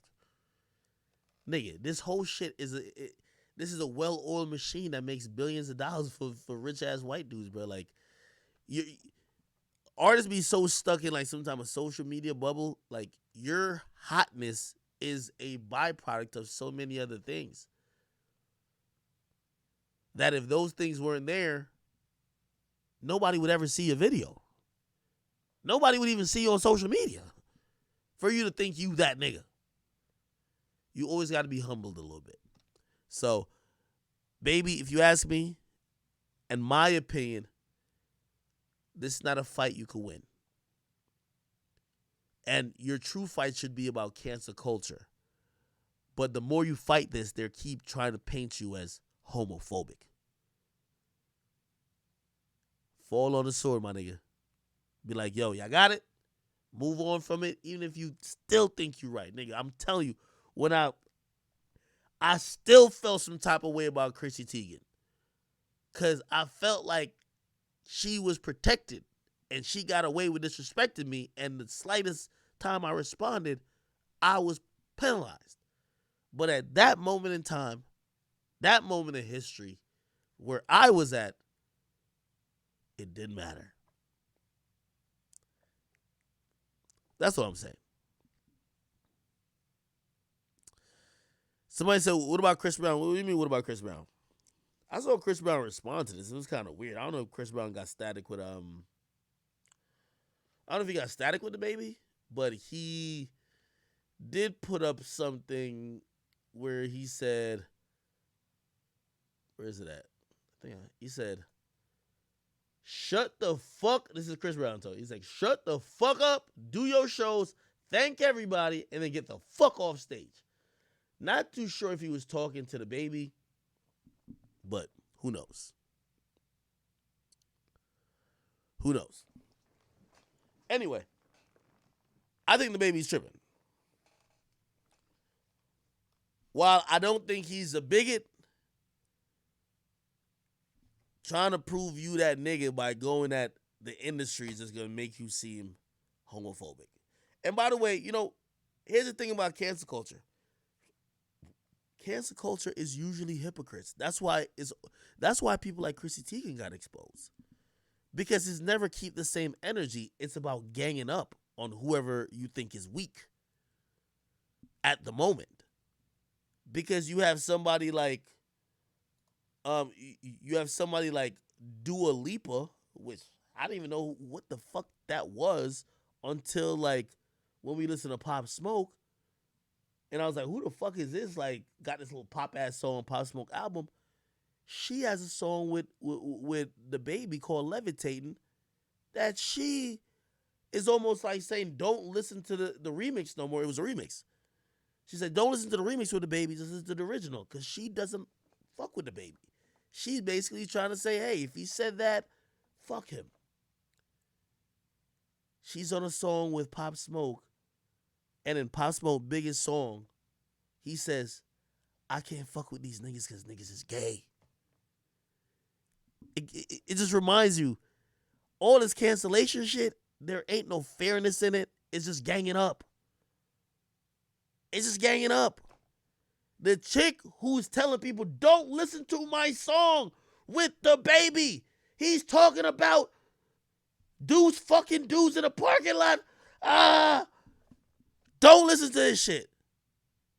She's promoting the shit out of the song that she got with Pop Smoke, and Pop Smoke literally rapped, I can't fuck with these niggas because niggas is gay. There ain't no fairness with this. Cancel culture just allows people to have the pitchfork and a fucking, it's like it's angry mom for the town. You have the pitchfork and you're ready just for blood. The reason why I don't jump in that shit anymore, I had to learn my lesson. I think everybody eventually learns their lesson too. At some point, that same mob gonna come for you. At some point, it comes to you. So, it is what it is.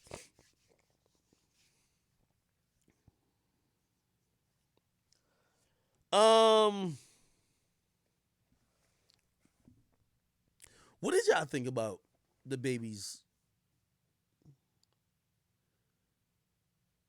statements? I ain't gonna lie though. Yo, for a lot of people in hip hop, like, there's mad hypocrisy. Yo, I be listening to some of these niggas.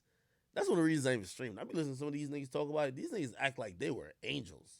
Some of these niggas, they were scums. Like, some of these niggas, their favorite rap songs is calling dudes who are gay the F word. Basically, like, saying all type of wild stuff about gay. That's what the music they grew up on. And they're not condemning that music. But Dababy doing that, they're ready to kill that nigga. This should be just so hypocritical, I don't even know how to call it. You know? But anyway. This is one of the most ridiculous stories I've ever seen. Kanye West is paying $1 million a day to live in the Mercedes-Benz Stadium. And this is his room.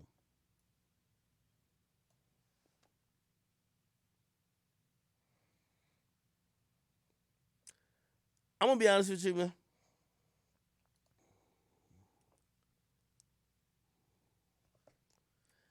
I don't know if this album might be trash, man.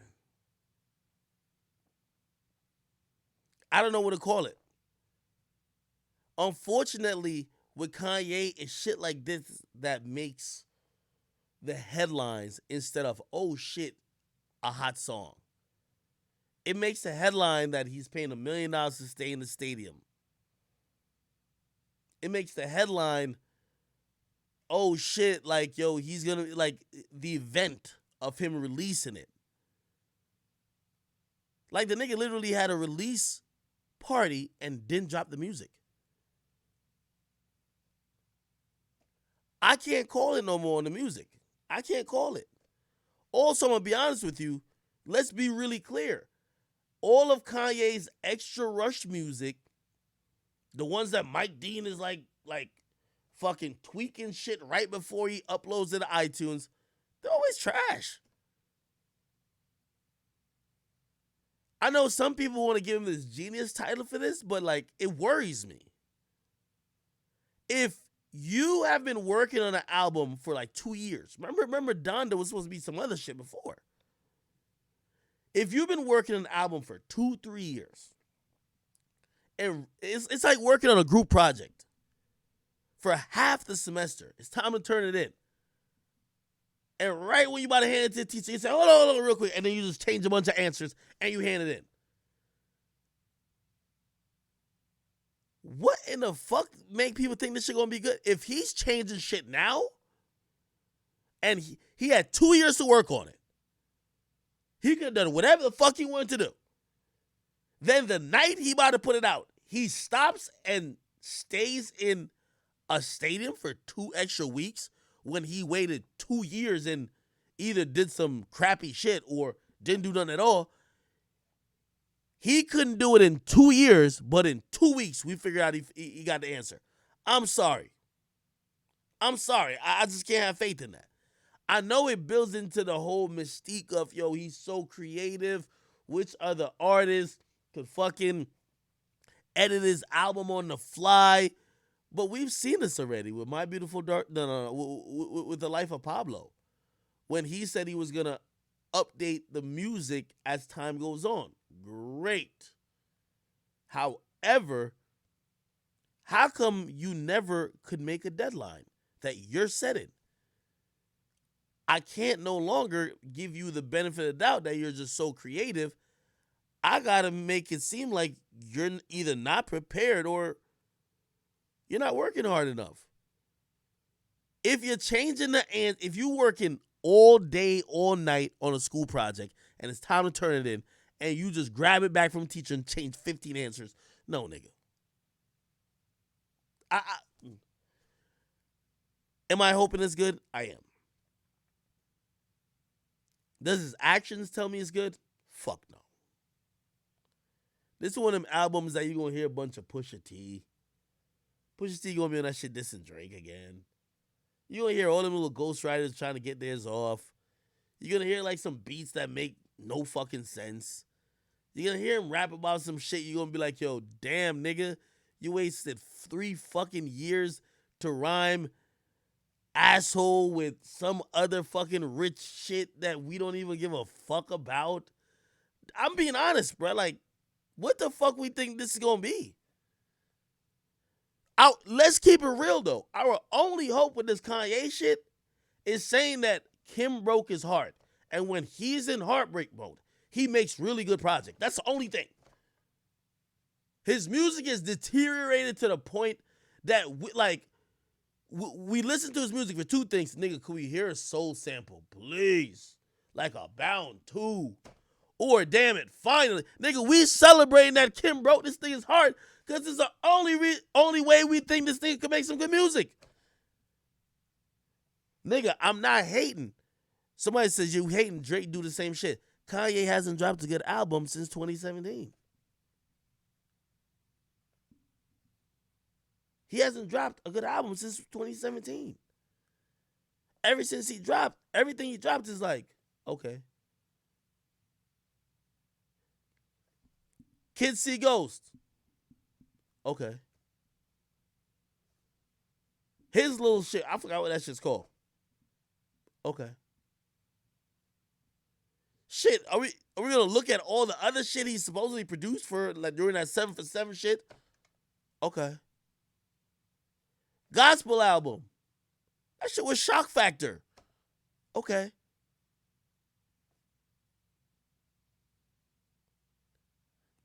If he was coming off momentum with good music, I would say whatever. But I'm gonna be honest, like we gotta tame our expectations.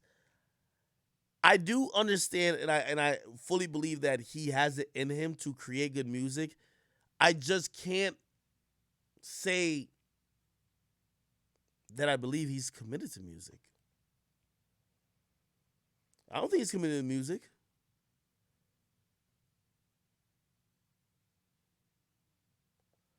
Hey, I hope I'm wrong. I kid you not. I hope I'm wrong.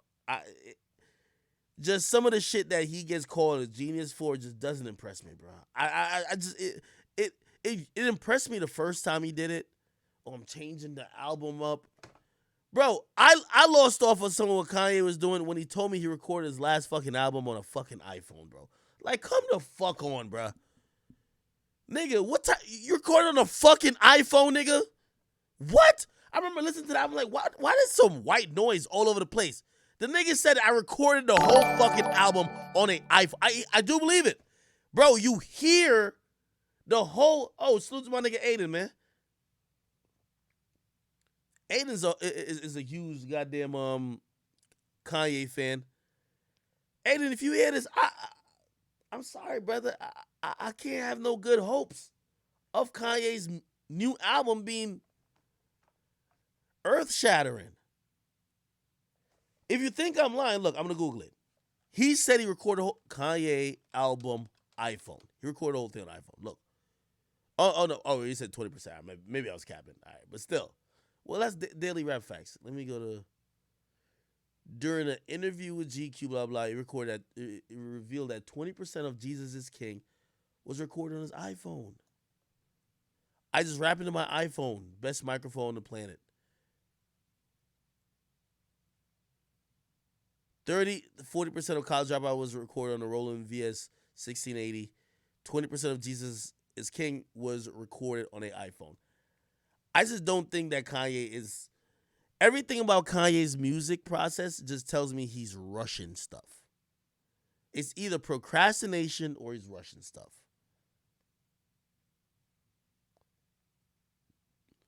Do you understand what I mean? I understand. Yo, and by the way, I'm down for y'all to say it's an L take just because I'm one of those people that believe that Kanye is due for a lit album. He's due for a lit album because it seems like he's one of those guys where every other album is that's it, right? Remember, let's go back. Let me go to his discography. Kanye West album discography. Look, all right, here we go. Make sure y'all can see it. Okay, so he went 3 for 3. College Dropout, Late Registration, and Graduation, right? And then what he had? 808s, right? Okay, this is not in order. Here we go. Then 808s, which I'm not gonna lie, 808s kind of aged better. I hated 808s at first. I fucking hated that shit. Felt like he just didn't know how to use 808s right. Like, niggas was making trap music in the 808s. Like, T.I. had trap music going crazy. The 808s is bumping all over the place. Like, you know what I mean? You could get a little bop to it. This nigga just came on like, I'm not loving you. I'm like, what the fuck is wrong with this nigga, man? I didn't know what the fuck he was doing. Sorry. Nigga like he was doing some experimental bullshit. I don't be giving niggas, like, extra credit for, like, just doing it. The fuck? Then, I didn't really like it at the time. Then My Beautiful Dark Twisted Fantasy came about. And god damn it, to me, that's Kanye's fourth classic. So the first 3, College Dropout, Late Registration, Graduation, classic. My Beautiful Dark Twisted Fantasy, classic as well. Then Yeezus came. Oh my God. This was a audio migraine. This was literally just like a fucking, it just sounded like a piece of shit. It sounded like the turd escaping your ass cheeks and hitting the fucking water in the toilet. Literally. That's the best way I could sum up the whole album. Garbage. There's a few joints on there I liked, but like they had a song on there called On Sight, and I'm gonna be honest with you, it's one of the worst songs I've ever heard on history. I've never heard I've never even heard Chief Keef make a worse song than that. But then he came back with Life of Pablo, and I'm not gonna lie, I don't think Life of Pablo was classic, but it's really, really, really, really good. Then we had Ye and Jesus is King, even though I think these are EPs pretty much. These are mid. And usually, for me, Kanye doesn't do mid. It's either classic or trash, straight up. But these were mid. Now, Donda is here, which, if we're considering these two an album, which they pretty much are, you know, if you lump them together, right? If these were the mid or the lower quality, that Kanye puts out. Donda should be a classic. Except I heard everybody talk about the release that he did that the music didn't drop. Not one person said, damn, what was that song that played? Everybody just talking about all type of bullshit with Kanye. Oh shit, look at his mask. Oh shit, look at this, look at that. Oh shit, Justin LeBoy was there. Oh shit, like what the fuck? Nobody be talking about the music with this nigga no more. Somebody says Pure Soul. If I'm crazy, bro. I'm sorry.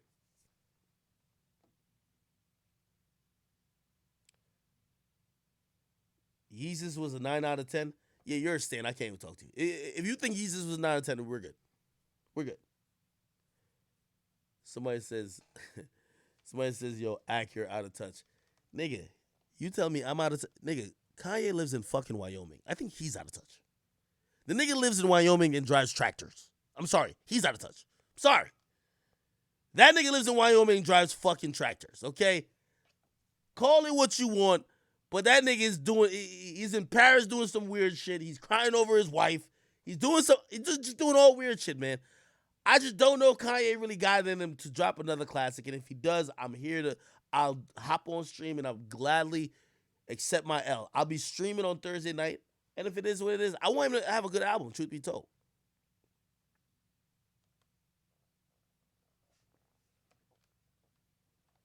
Somebody says Wyoming. Yeah, you got a whole little ranch over there. Nigga, I ain't gonna lie to you. I fuck with Kanye, but that nigga had when he was trying to fly, it's Wyoming, right? He was trying to fly all the goddamn journalists to, what was it? The album release part, was it for Ye or some shit? Nigga, I remember his manager and his label was telling me, yo, it's a private jet. Kanye said a private, because they were flying a bunch of journalists. It was like, yo, we got your name on it. They gave me the time of the plane, this and third. Nigga, I did not show up, nigga. Fuck that. The fuck am I going to Wyoming for? To dance around the fucking wilderness? To watch 2 Chainz hold up his chain while listening to Ye just do some fucking weird ass bop? Like, get the nigga, I'm gonna be at home. I listen to that shit on Apple Music. Fuck that. Niggas just around a bonfire just listening to fuckery? Hell fucking no. I'm not doing that. Hell no, nigga. I don't know who took my seat. It probably was empty. It's like, yo, the plane leaves at 3. They were going to fly you in. It was like the Thursday. They were going to fly you in that Thursday. I don't know how the accommodations was. You're going to listen to it. Everybody around a bonfire. Kanye was just going to be doing shit. Like, and I remember listening to people, because everybody was like, why didn't you go? And I'm like, do y'all really like be loving celebrities? Like, I don't want to be in the fucking wilderness. I don't even like Wyoming. I've never been there, but I don't like it already. I seen pictures of it. It don't look too good. Sorry. Fuck am I doing in Wyoming? Just dancing around with tractors? Fuck that. I'll catch that shit on Spotify.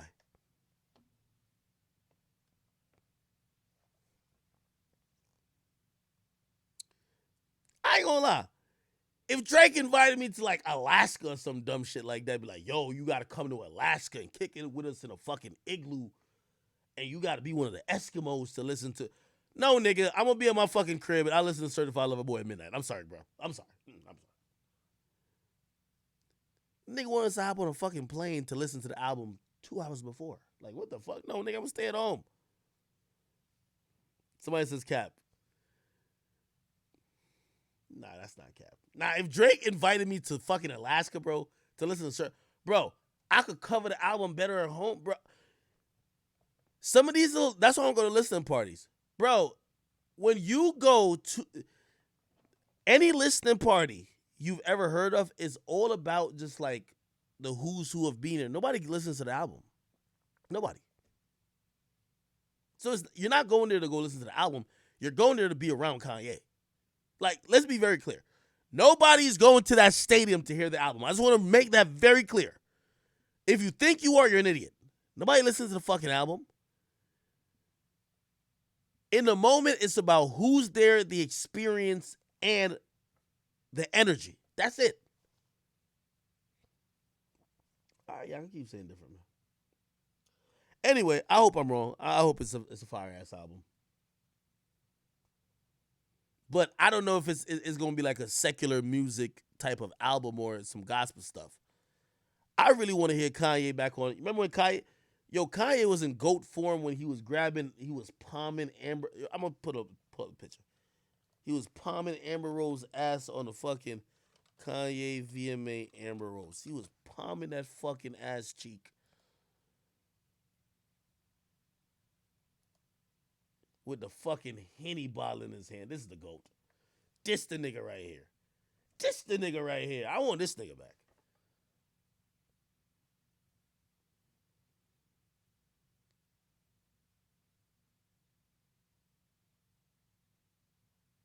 This nigga was the GOAT. And he fucking rubbed her fucking bald head for good luck. This nigga was on some shit. Somebody said that was Yeezy. Yeah, nah, this was the GOAT. I ain't gonna lie to you. But this one he was making, like, you know he was in love because after he got rid of Amber, man, that nigga was making them hurt anthems. Like, I'm hoping he's hurt enough to make a classic.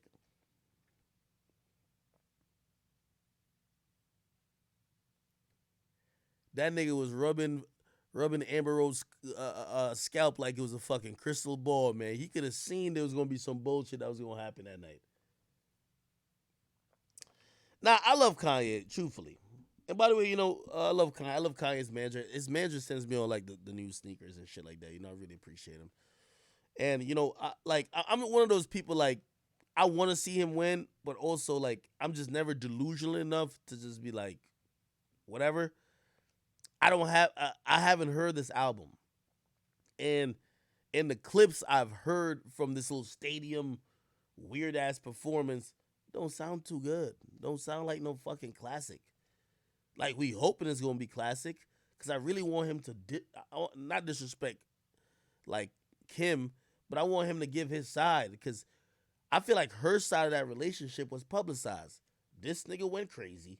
He started doing weird shit. We tried to get him committed to the asylum. And to keep it real, I'm about to be a billionaire. Fuck that nigga. I'm taking the kids. That was the narrative. It just made it seem like Kanye is off his meds.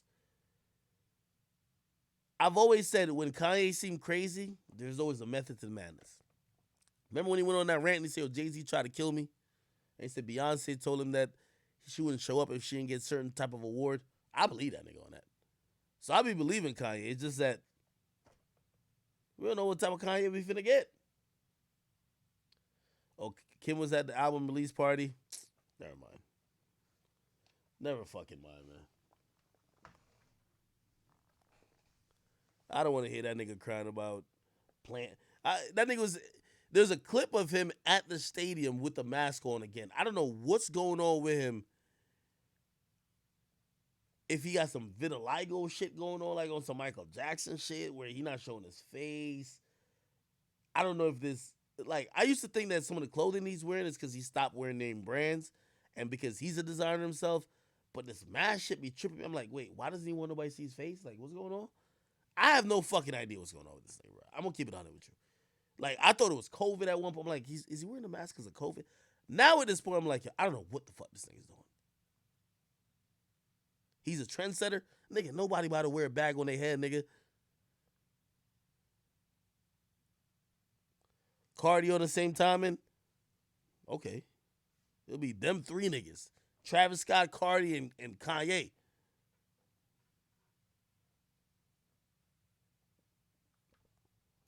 Who am I kidding? Niggas all about to wear a fucking bag on their head.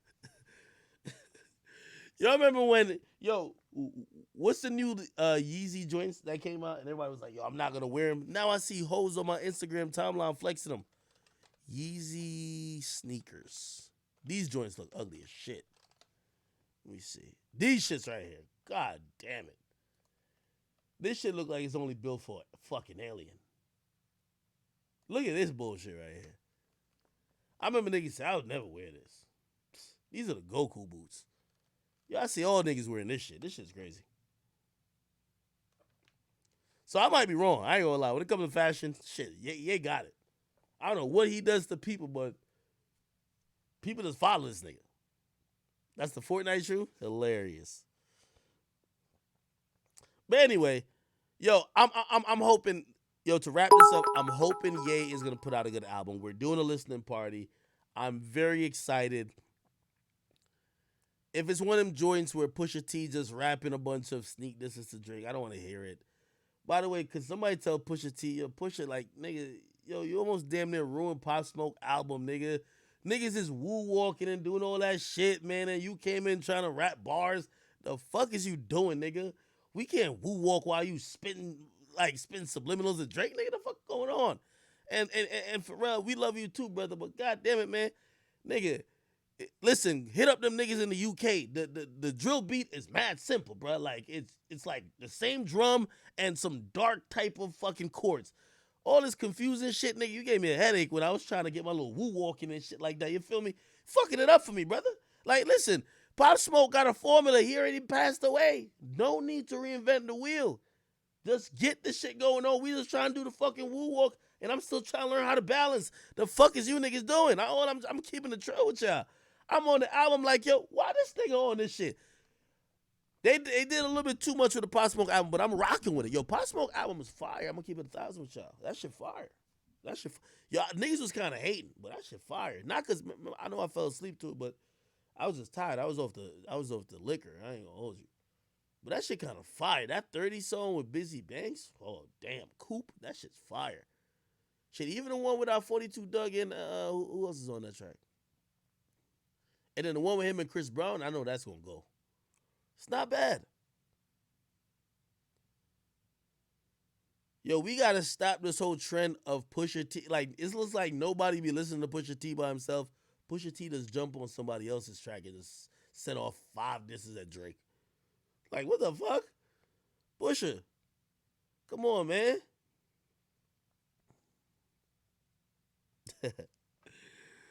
Oh, Top Shot was dope too. Yeah. Nah. I'm telling you, it's kind of cool, man. It's kind of cool. Anyway, let me see what else is going on.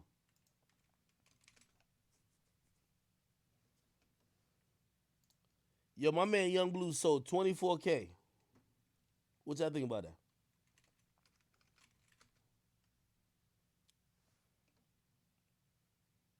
Yo, I'm gonna be honest with you.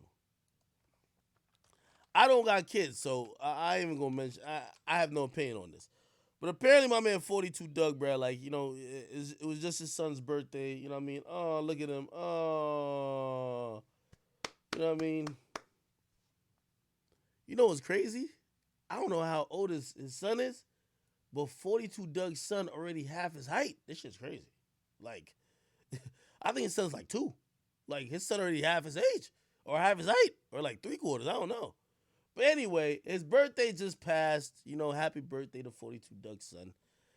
And I guess these were the whores on Instagram call photo dump. Okay, I'm not saying this is what my guy was doing, but this is what it looked like 42 Doug did. There was a video though of 42 Doug and his son, and I don't got no kids, so I got zero opinion on this. But it was trending a bit. People were saying, "Yo, what's up with this?" I don't know how you deal with your son, so I don't have no kids. Well, I got kids like in music and other niggas, whatever, but fuck, not in real life. Anyway, y'all tell me if this is appropriate. I'm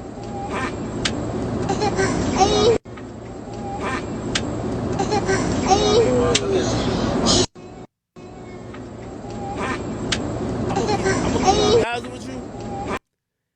It's that fucking tongue. Pause. It's the fucking tongue, bruh. Like, I think he was just kind of like on some joke shit, just trying to like just blow air on his neck, like kind of make it like a fart sound, you know, like whatever. But then that tongue just. Look,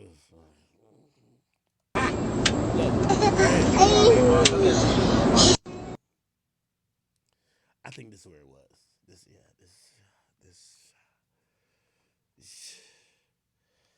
Nah, I think it was the tongue. It was the tongue, bruh. Yeah. But I'm gonna be honest with you. That's his child. It's his child. He should be able to do what he wants. By the way, he was super irate. He was upset that people were criticizing how he shows affection to his child. I didn't even bother posting it because he said so much shit. I was just like, yo, this is too many shit for me to blur out. I just didn't even try. Look at this shit. He said, ain't nobody go for that gay shit. Y'all on quit trying to get on some gay when a nigga jumped down on one you. I can't even read this. Anyway, he was just basically saying that he's not gay, this and third. I didn't think it was like gay or whatever. I don't know. I don't got kids. I don't know what the fuck. Anybody in there who has kids, do you kiss your male? This is unrelated to 42 Doug. Would you kiss your male son on the lips?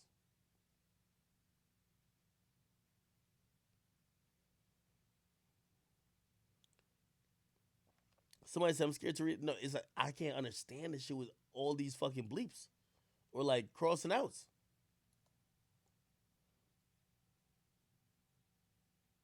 Somebody says how old? Okay, at what age would you stop kissing your son on the lips? Then I guess y'all can let me know that. But anyway, separately, I do want to address something.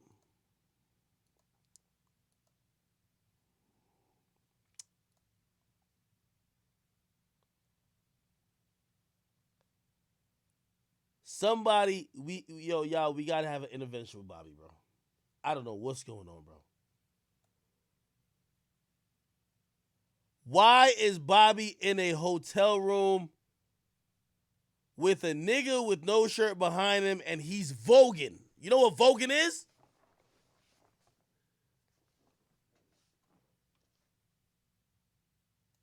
Hold on.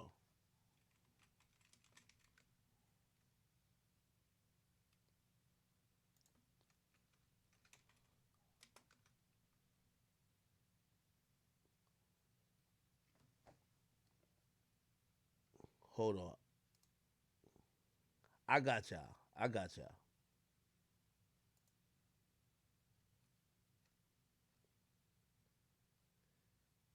Hold on.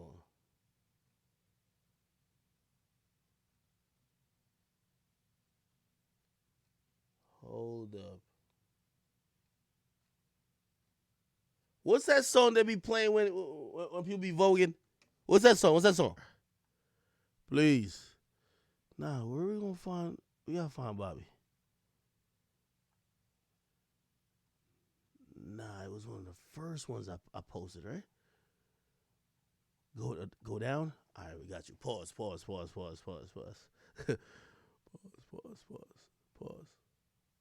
I posted Bobby, didn't I? Okay. Here we go. I'm gonna go back up. Is this? No, that's Kanye. I'm gonna turn the alerts back on. Can't no able, what up, yo? Hold on. I gotta find this shit. Is it this? That's trippy. Where the fuck is it? Hold on.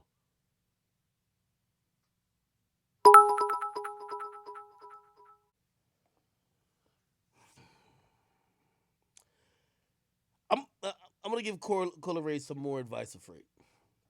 Yo, Cola Ray, you gotta pick if you're gonna be more of a rapper or you want to be like the Tinashe, where like you just want to dance.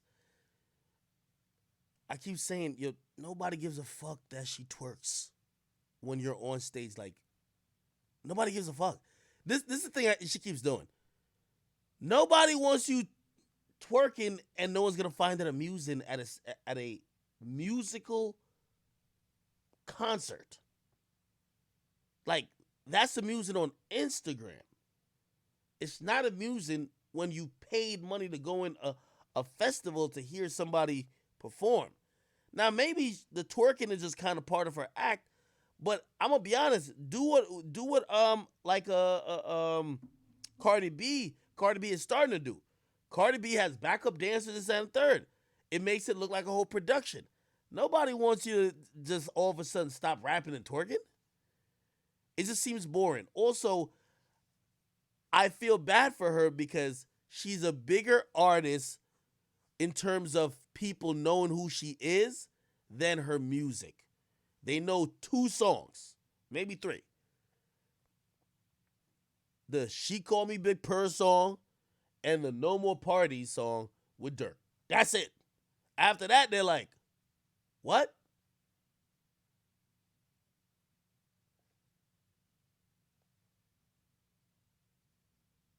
I think when she responds to it, because she also, like, she definitely said, like, about her double XL freestyle, she was like, oh, shit, I have the best one, this and third. I think she's deflecting sometimes. I feel like she just needs to work on her craft a little bit.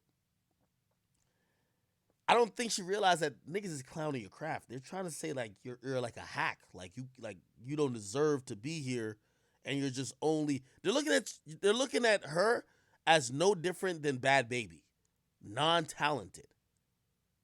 And I do think she is talented, but that's gonna be the narrative until you change it. Jay Preem says, nah, it's a trend to hate her. You think so? No, I don't think so.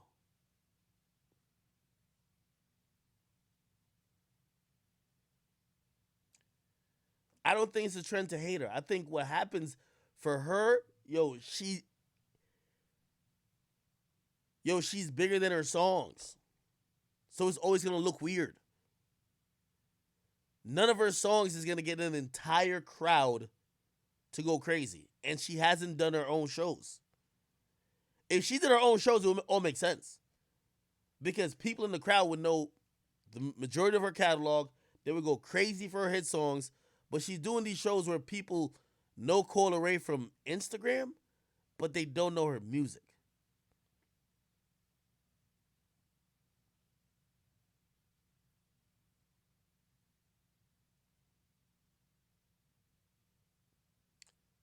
Somebody said it's definitely a trend.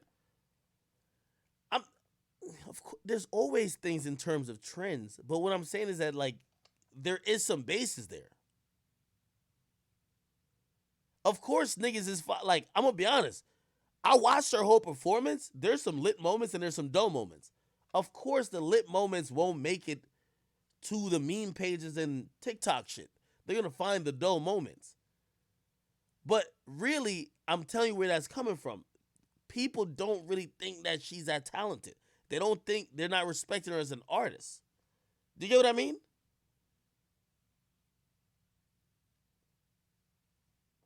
Somebody says her voice. Somebody says she can't rap or sing.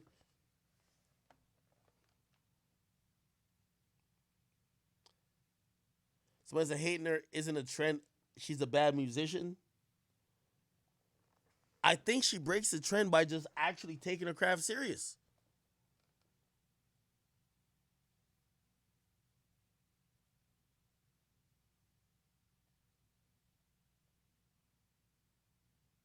She dissed Rico Nasty. She deserve what's coming. When she dissed Rico Nasty? Coy Leray diss Rico Nasty. Why are they beefing? Oh. Is this worth watching? The other thing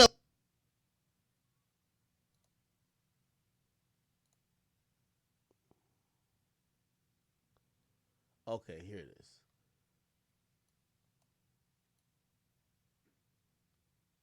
She said, Rico Nasty, when you see me, just make sure you keep the same energy. I showed you love, but you just can't deal with the fact that I make better music than you.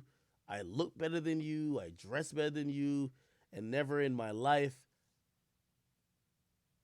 have I jocked your style. And Rico Nasty said, I haven't laughed this hard since I don't know when. I could hear your lisp through this. Shut up, dick eater. So wait, Rico Nasty thinks Cola Ray is stealing her style? Then Rico Nasty says, make better music. Let me see your streams and YouTube views. Have you went gold or platinum? The fuck? You are famous because you suck a mean dick. What the fuck? With them big ass teeth. Don't come over here making this shit about me. I was minding my business. Trying to get right with my friend. Oh yeah, I can suck my dick. You want to be cool with Scott so bad. Who the fuck is Scott? I know so much shit about you, and I don't even know your ass. Keep my name out your mouth. Oh God.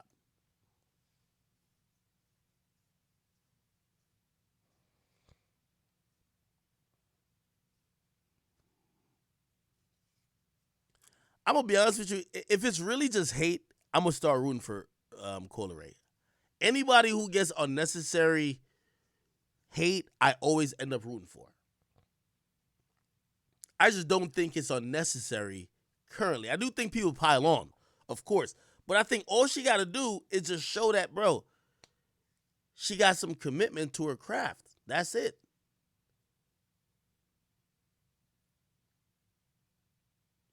Somebody said, I don't root for Polo G. Polo G don't get no goddamn hate. Who hates on Polo G?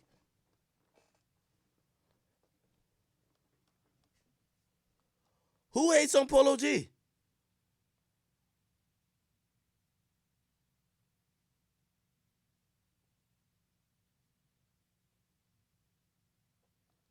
Somebody says, oh, they call Polo G mid? I don't call him. I do call him mid sometimes, but I didn't know that was a thing. Well, I would say that's not hate. That's kind of the truth. The fuck?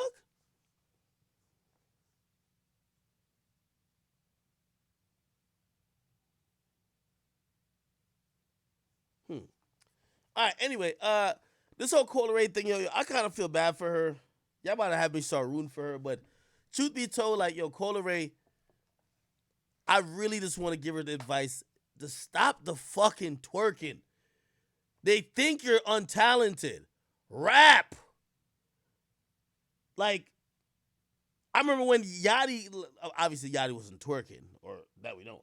But when Yachty came on the scene, when people don't respect you as an artist, they're just gonna hate on you for everything. The best thing you could do is shut them up early, or maybe she doesn't have to. I don't know.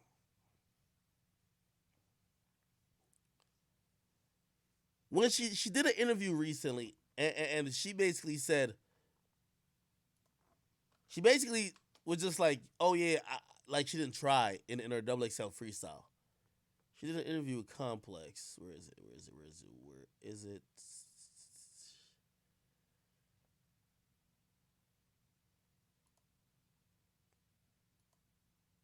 When you say like, yo, I had the best double XL freshman freestyle, is that you trolling or is that you being It's me dead trolling, ass? but if you put me in a booth with anybody on that double XL roll up, I guarantee you ain't nobody seen me in the fucking studio, and that's on me. Ooh. Yeah, for okay, sure. Okay, so you're just saying it was a different arena. It was a different freestyle. environment, yeah. But had they been in the studio, then it's a different vibe. I feel like people depend on double XL. That's like their moment. I'm here. Yo, Cola Ray, man. Fuck with you, man. From what I've seen, and maybe like I just haven't seen enough, you can't out rap Flo Milli. She's on your freshman class, right? Is Flo Milli's on it, right? You can't out rap Lakia. Lakia could really rap. She could spit. Like, I ain't even gonna lie, man. It be making it seem like you can't even out rap Ruby Rose, girl. Like, that's the thing. Like, you can say what you would do or could do, but people are going off what they've seen. And what they've seen is that, to keep it real, Cola Ray, you sound like a hyped up swag rapper that's caught in between sounding like Playboy Cardi and also Trippie Redd. Okay? It's cool because, you know, like a great one said, I believe it was Quincy Jones, a lot of great artists have to play like someone else before they find themselves. And I'm not knocking you if you sound like other people, but none of that comes across as super talented like sometimes other people get the knack for. And also, it's fine if you're not super lyrical. But like when you're talking about, oh, if y'all put me in the booth, there's nothing about your style that says you could rap really well. You might, and this was, I was hoping that you would just say like, yo, no, I'm not a good freestyler, but like I could make great music. I think she can make good songs. She's not saying that. She's saying that, no, put me in a studio with them, and I'll perform it. I'm like, maybe making a song, but not rapping. I don't know. If I'm her, I would do something actively to try to fix this issue because it's only gonna get worse for her. And this is the pylon thing. When she has any moments of success, nobody's gonna see it. They're only gonna point out her failures because they're gonna try to clown her. And I don't want her to turn into that. I really want her to have a good shot. All right? I know she's Benzino's daughter.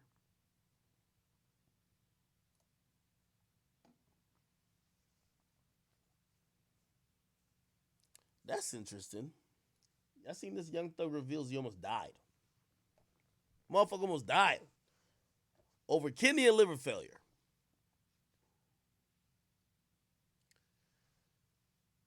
The only person I've never heard with a story like this is like Future. And I think he probably had some scare. Rick Ross has pretty much told us the same thing. By the way, I'm assuming it's comethazine or codeine or whatever the fuck you want to call it. I'm thinking it's lean that's causing this to happen to these entertainers. They're drinking it all day, all night. They're in the studio all night. And that shit is taxing their liver. And I know you might be like, yo, Act, you drink alcohol a good amount too. You're right. So I am a little hypocrite in me kind of like analyzing this. But I'm glad that Thug got to the point where he's like, yo, I got to stop. Because I think with Wayne, we really thought we had lost Wayne like a couple times. And hopefully he's keeping it honest too. With Rick Ross, I don't know if Ross was keeping it honest. Remember when Ross kept having seizures, but he was also telling people that he stopped taking lean? He's having seizures, but he stopped, which was a little confusing. So, somebody said it's them perks. How bad is perks for you? Omar says, yo, Future doesn't drink lean, he's a capper. Actually, he did have an interview like that. He said, yo, listen, I'm not even high a quarter of the time people think I'm high. That's a finesse. Somebody said, look at FaZe Rain. I've read the story of FaZe Rain. Is FaZe Rain like in a wheelchair because he took too much drugs? I don't really get what happened to him. Yo, jump in. Thank you for the subscription. Always 30. We definitely locked in, brother.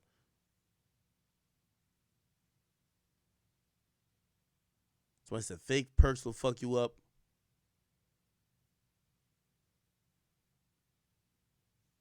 Future be sober. I think Future has, and this sounds wrong when we talk about drugs, I feel like he knows how to control it. Because I don't think he's fully sober. Like, some of the songs he makes, it's impossible for him to be sober and kind of deliver that energy and have that type of vibe on a song. But he's not one of the niggas who's sloppy drunk either. Or sloppy high. Zambrosi, the podcast dropping the 3rd, bro. Lil Peep couldn't handle the vibes. Well, OVO J Dizzy, I won't say that like yo, he was drugged off of the fentanyl thing. You know, I was wondering what, like, because all I've heard about fentanyl is bad stuff, but apparently fentanyl is actually good for certain shit. I forgot its use, but it's not like some synthetic shit that's only made to just soup up the potency or effectiveness of drugs. Apparently there are some real uses for it.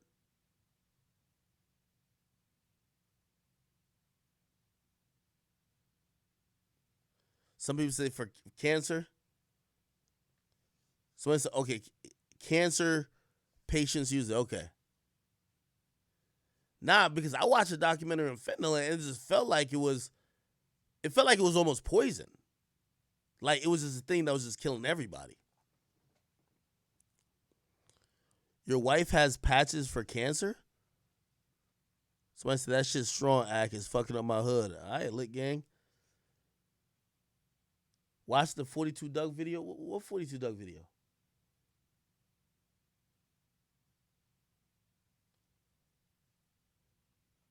Somebody says, it's from horses. Yo, I realized niggas was on some other shit when people were telling me they were taking horse tranquilizer. Like, at that point, I'm like, y'all got, like, what the fuck is wrong with people?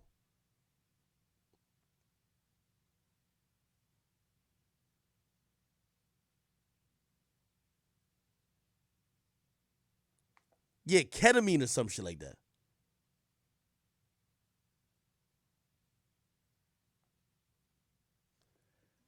Yo, I see you guys tell me to watch the baby's new video. I'm not watching his music video. Like, I don't want to hear music right now. It's like 1:30.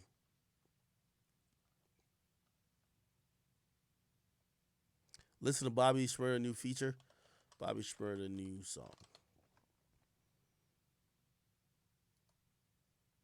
Bobby Shmurda and Daddy Yankee join the Tata remix. Let's hear this. Rock Nation got this nigga, man. God damn it, Bobby. I told you, nigga, stay away from these goddamn little drill beats. Nigga, you came in doing a different type of music. You need up-tempo. Think about a hot nigga beat, the stupid beat. Think about the computer's beat. Think about Bobby Bitch. That's the type of tempo we get. Like, he one of them niggas who got, like, ADHD. He can't sit still, so he love dancing, doing all this type of shit. It ain't gonna work on these beats, Bobby. I ain't gonna lie to you. I'm telling you the truth, brother. You gotta find some other instrumentals, dog. These little dark sound, the new New York drill, I don't think it go right with Bobby, bro. I don't think it go right with Bobby. I ain't saying it was the most horrible thing I've ever heard. It was just, it felt like his energy wanted to be more turned up than the song allowed it to be. You get me? That's it.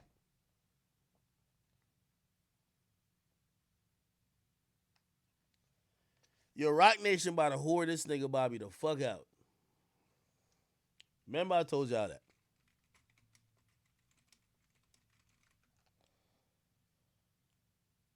Remember I told y'all that, okay? This song right here is a Rock Nation fucking constructed, like, you know, little shish kebab. J Balvin, Rock Nation. The other dude, probably Rock Nation. Bobby Shmurda, Rock Nation. Yeah. Again, nothing wrong with Rock Nation. I'm just saying what I would have hoped Bobby to come out and do, he ain't doing. So I don't know what it is, but I guess we'll wait and see.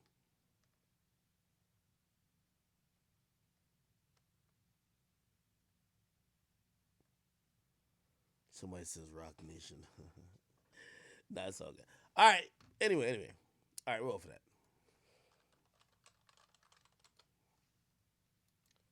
Give me 1 second.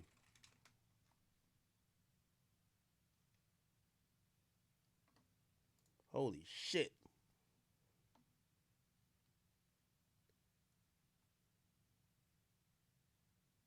Oh, what the? Oh, yo, I know this ain't hip hop. But Lord, hold on. I gotta find this. I'm so offended, Chad. Let me find this for y'all.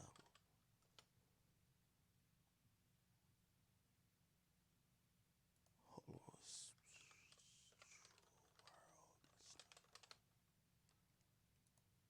Here we go.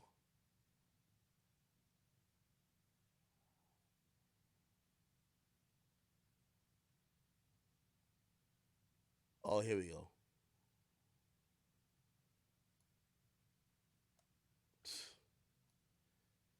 This fucking idiot, man.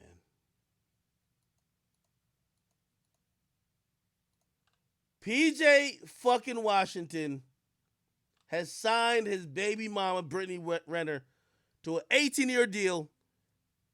It pays $200K a month. Sources tell ESPN. It's a little bit of parody. But it's the story of, and y'all gonna have to help me with this.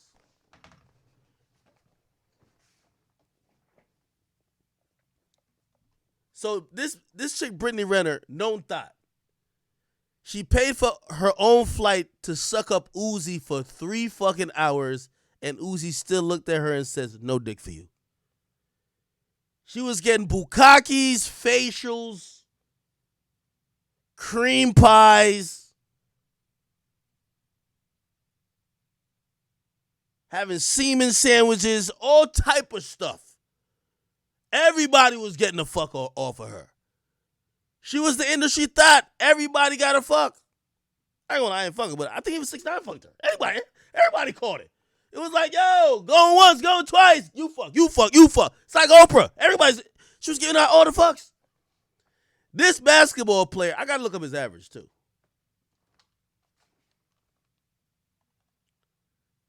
His name, PJ Washington. PJ Washington stats.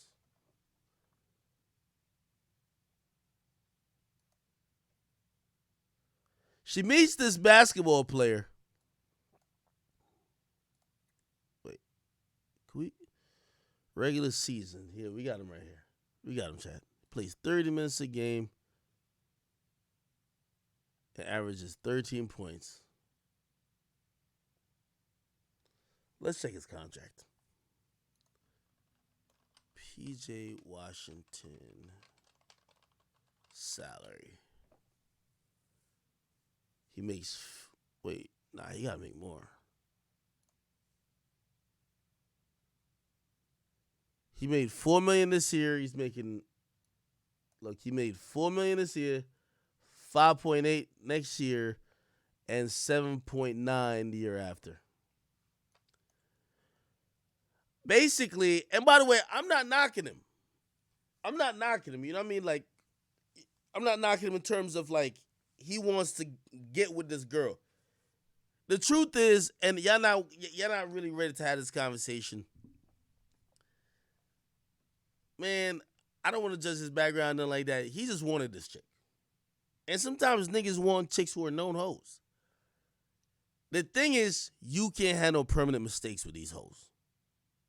Now, I was put on to game that this Brittany Renner chick had hella videos. Brittany Renner. So she had hella videos where she was talking about how to finesse a basketball player from the jump. Here we go. Wait, how do I... Brittany Renner, basketball player. Easy.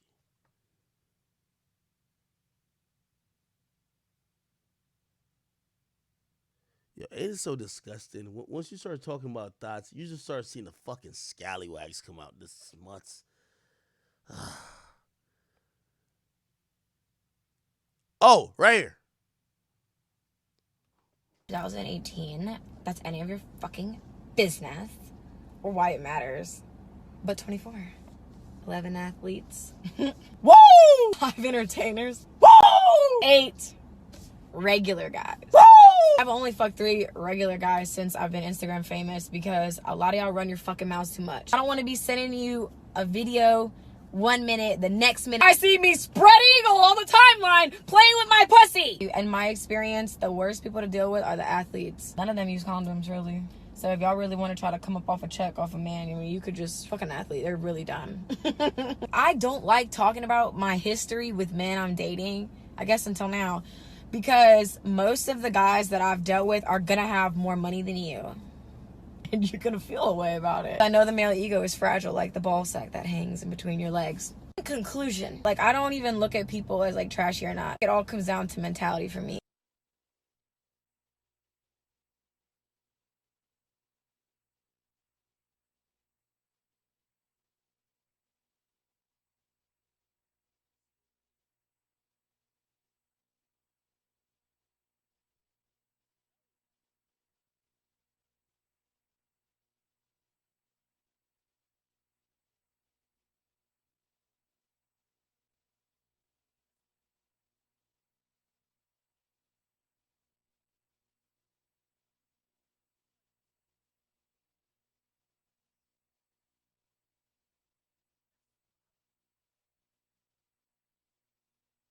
Oh, sorry. Let me give it to y'all straight, chat.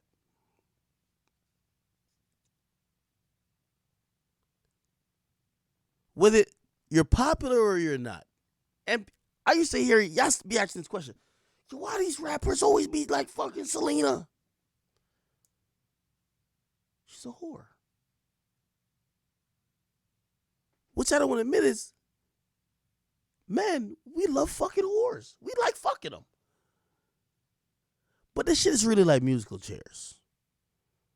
We all want to fuck the whore because it's just even conversation. Oh, yo, you fucked her, right? Oh, I fucked her too. Yeah, the pussy was tight. I ain't gonna lie, her head game was crazy. By any whore, right? The thing is, it's musical chairs. You just don't want to get caught stuck with the whore. You don't want to be the nigga who got to be with the whore for 18 years. Niggas piped her out for 18 minutes and you committed 18 years. That's the problem. That's the only thing. I don't knock nobody who goes after these chicks.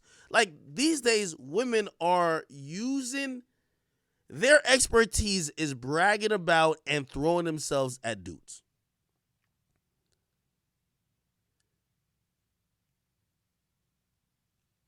I heard about some. Well, actually, I won't say it because I don't want the blogs to pick up on this.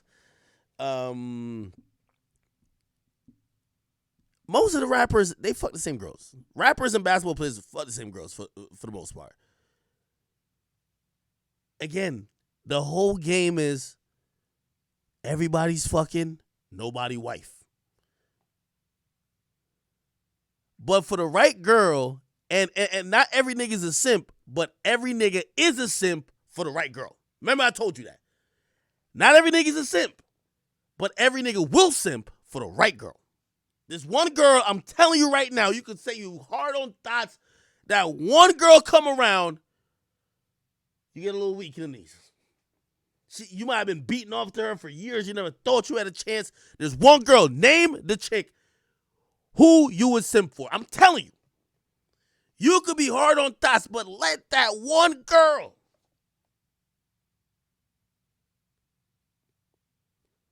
For the niggas who are really hard on thoughts, it's just one girl. If you're a little lax, maybe it's a couple girls. If you just a straight up simp, it's most girls.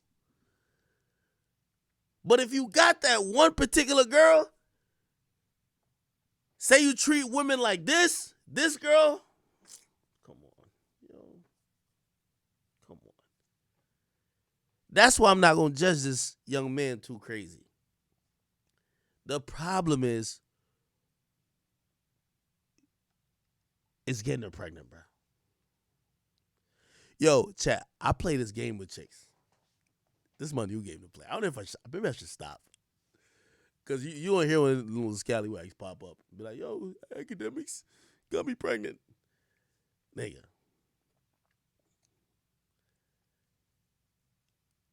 I will be like, yo, I swear, I promise you, I couldn't believe it. Hold on. Y'all gonna think I'm lying. I hope she not watching. If you're watching, come on, you know your hoe. Come on now. Like, hold on, I gotta cover the name. Look. Fuck.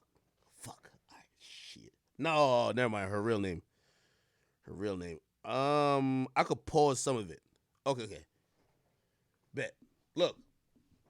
First. Shit.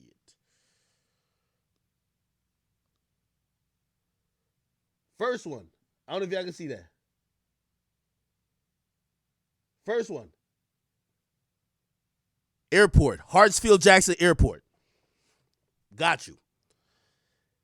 Second one. This is how I know a bitch is a whore. I ain't gonna lie to you. Look. Second one. Four Seasons. Come on now.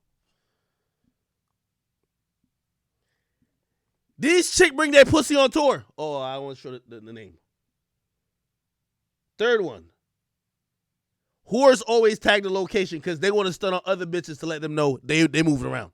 Los Angeles. Look. It's fucking whores on tour. Look. I don't follow this chick. Washington, D.C. This chick going on tour like Lil Durk and motherfucking and Lil Baby. She back outside. Look. This what fucked me up right here, chat. Hold on, let me make sure I pause it. Oh shit, I don't know. Ooh. This fucked me up right here, chat. Wait, hold on. Y'all might be able to find a chick.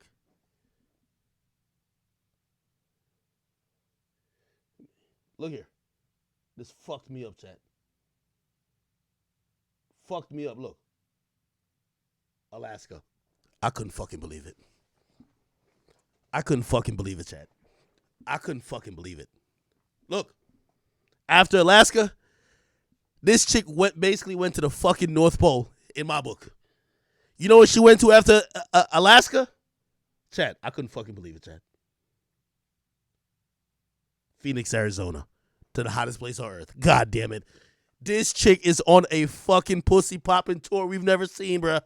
I can't. Yo, if you meet a chick online and you trying to see if she a hoe, just what? Yo, now, there's some regular chicks who do travel a lot, but they not on hoe shit. Some chicks, like, they single, they got their girlfriends, and they probably doing whole shit as group, but they're not just getting flown out. When it's a girl trip, they're going to show them and their girls. Oh, we chilling, yo, we drinking mimosas by the beach, we're in the water, this and third.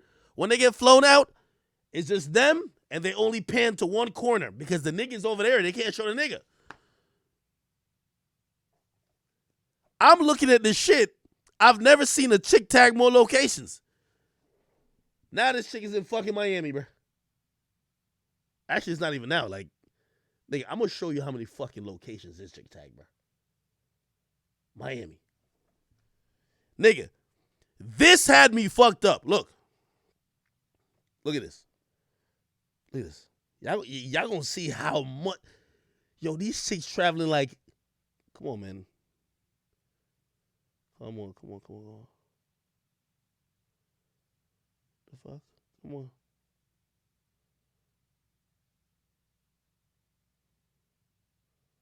What the fuck? It's not gonna pop up? It says Charlotte, North Carolina. I don't know if it ain't gonna pop up though. Fuck. Even my camera tired of readjusting. Like, fuck, man. This bitch is a hoe. Like I can tell, my camera even tired. Oh, this will fuck me up right here, chat. This fucked me up. Look. This chick is popping pussy in Wyoming. I'm done. Look what she said. Hi, Wyoming. What the fuck? She popping pussy in every crevice of the earth. In every crevice.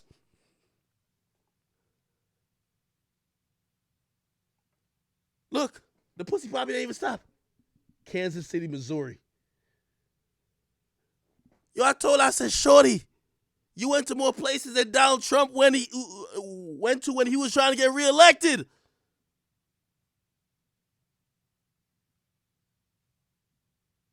It's getting out of hand, Chad.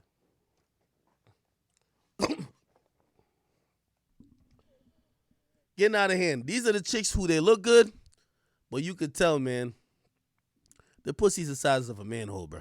Like, let's just keep it 1,000. Like, one thing that could never fool you, you could tell when hella niggas been there before. Like her pussy got its own geotag location. That shit is like, what the fuck? What in the fuck is this? Chick look good, but you in there like, what in the, what? Yo, hold on. Put your legs together. What in the fuck is this? Nah, I ain't exposing her. First of all, y'all talking about expose her. Y'all simp ass niggas, y'all gonna try to fly her out your damn self. She gonna go too, I ain't gonna lie. She gonna go. She gonna definitely go. You know what she told me? She said, yo, put me on with Soulja Boy. She was hyped. I'm like, okay. So fuck it. She told me she's like, yo, if I gotta fuck his cameraman to get to him, I'll do it. I'm like, wait. All right. Yo, I ain't gonna lie, man. I only say all that to say, let me get back to this Brittany Renner girl.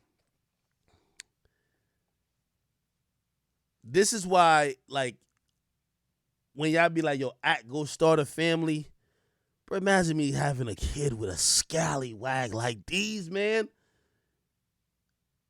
This chick was bragging about gargling on Uzi's semen. Now she's the mother of this nigga's kid. Had this nigga in love and dipped on his ass. Child support time, bitch.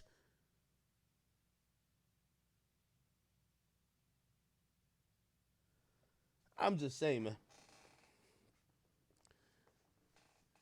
Am I tripping or did he catch an L? I don't really want to call it L because, having a child couldn't be an L, but we really got to think about the mothers, man, the people who you picking to have your child with.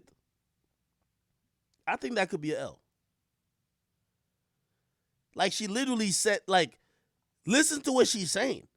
Yo, a chick like this, automatically, I know, wrap it up, fuck her, and dip. You can't, it's like playing football and you hear in the huddle the defense say they about to blitz and you still over here like, oh yeah, we were going to run this long-ass play. Nigga, she told you what she finna do. 2018, that's any of your fucking business or why it matters. But 24, 11 athletes. Woo! 5 entertainers. Woo! 8 regular guys. Woo! I've only fucked 3 regular guys since I've been Instagram famous because a lot of y'all run your fucking mouths too much. I don't want to be sending you a video 1 minute, the next minute I see me spread eagle on the timeline playing with my pussy. And my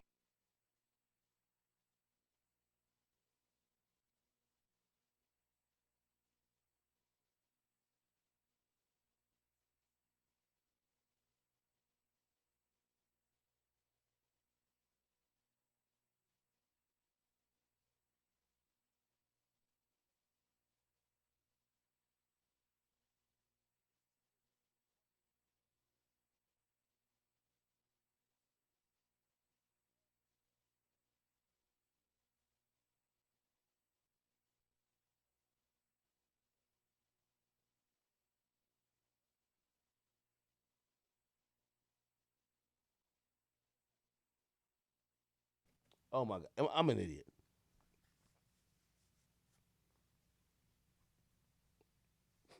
Somebody said, can you read? I could read, nigga. What I was saying,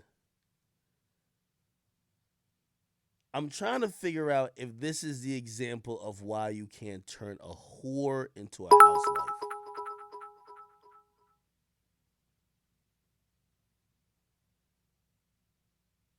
Because PJ Tucker was trying to clean her up, man. She started taking pictures with clothes on. Like, I don't know if does he still have the pictures of her up on his page? PJ Tucker, Brittany Renner. The pictures she started looking like he was trying to dress her up like she had some fucking class. Like, this chick was literally gonna be, bruh. She was gonna be one half of. You ever heard of the Dudley brothers in motherfucking in wrestling? She was gonna be the tag team of sucking dick with Tiana Trump. Like, they were lining it up. They started doing interviews together. We all started thinking, I bet she gonna be sucking a dick and the other one gonna be grabbing her balls. We can't wait till we see this tag team. This nigga took her off the porn set. Saved her.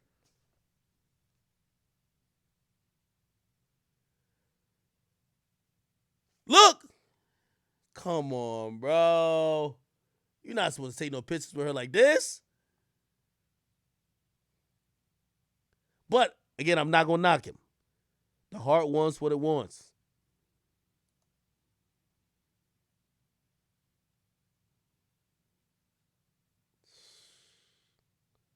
Yo, she got this fool, man. Fuck.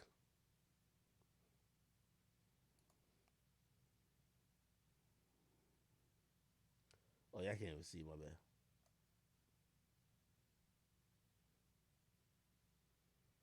Yo, she got this nigga, man. Fuck.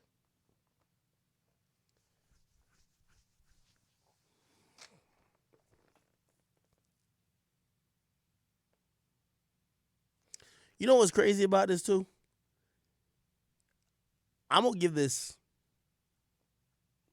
9 months. She gonna be back to whoring. This is why I'm so scared of making a chick my baby mama, bro.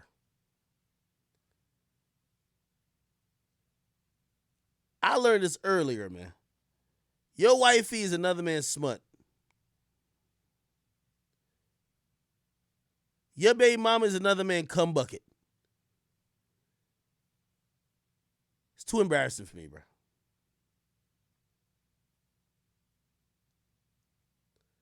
I don't think there was nothing wrong with him even kind of like, yeah, he took her off the streets. He kind of wifed her, but don't have no kid with her, bro. You can't put a kid in there, bro. Mm-mm. And this is what I think about, like the effects, and maybe I just think about it wrong. So I be really thinking about the effects of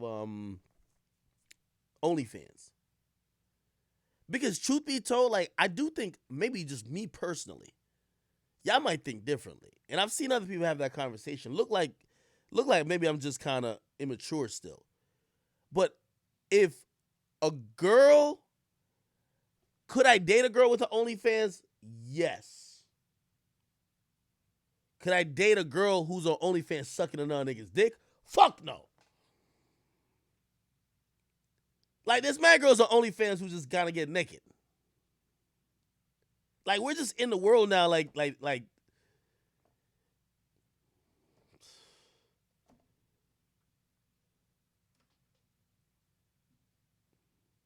majority of the bad chicks I be meeting, they definitely have OnlyFans. But if they on OnlyFans getting fucked by a nigga, I'm good. Like, maybe I'm immature. I feel like that image of her sucking a nigga's cock on OnlyFans, this is public. I'm scarred for life. I cannot do nothing with you. I'm scarred.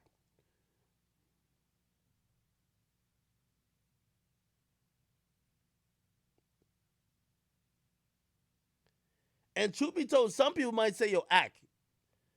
You even, and when I mean dating, I mean like, yo, I'm fucking around with. Like I'm not talking about like I ain't gonna lie to you. I don't even think, for me personally, you ain't even, you not ready to be on some marriage shit. If you, first of all, I don't even think, if you got an OnlyFans, I don't even think you shouldn't even believe in marriage. Like, I'm gonna keep it 100 with you. Like, I could be with a chick on OnlyFans, but like we gonna have to do some other shit. Like, nigga, I'm not fucking having you on as my bride. Like, we could cool it. We could fuck, but come on, dog. I feel like a sucker. You showed the whole world your pussy for $4.99, and I put a fucking $40,000 rock on your finger and pay $100,000 for a wedding. What the fuck part of the game is that? What the fuck do I get that them niggas don't get? I just get to touch it? The fuck going on? I said we could kick it. We could fuck. But you want me to put a ring on your finger? What the fuck is you talking about?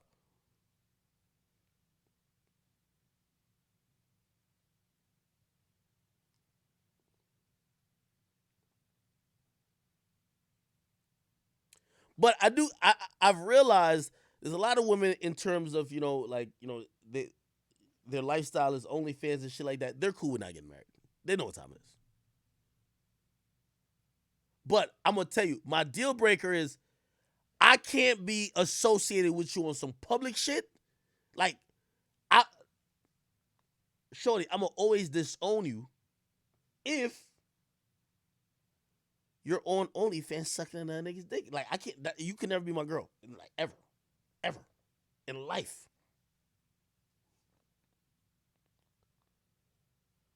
Somebody said Flight's girlfriend has OnlyFans. Is she fucking a whole nother nigga on there?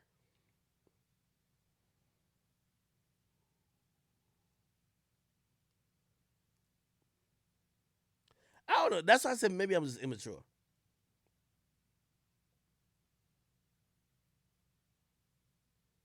Because I ain't gonna lie. All right, if I bumped into a video of another nigga fucking the girl I'm with, yeah, relationship over. It could be an old ass video. I don't give a fuck. Like, relationship over, bro. Like, that shit is just. I think I got a fragile ego and a fragile mind. Like, that type of shit. I don't know, bro.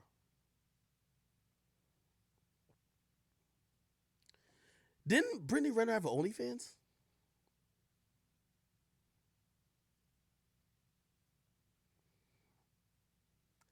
You know what's so funny about this? I guarantee she didn't trap him. I know she said the trapping shit. I guarantee, and by the way, like a chick like this, she eventually will speak. I guarantee having a baby was his idea. How much you want to bet? I guarantee it. She ain't trap him. Like,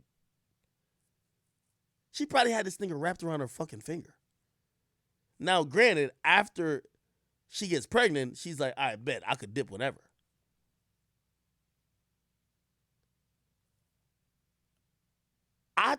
Like, the narrative is gonna play like she trapped him. I think this nigga, he may have wanted to give her a baby to hope to keep her. Man, could y'all stop talking about, nigga? I never dated no fucking Selena, nigga. Could y'all stop saying that bullshit, man?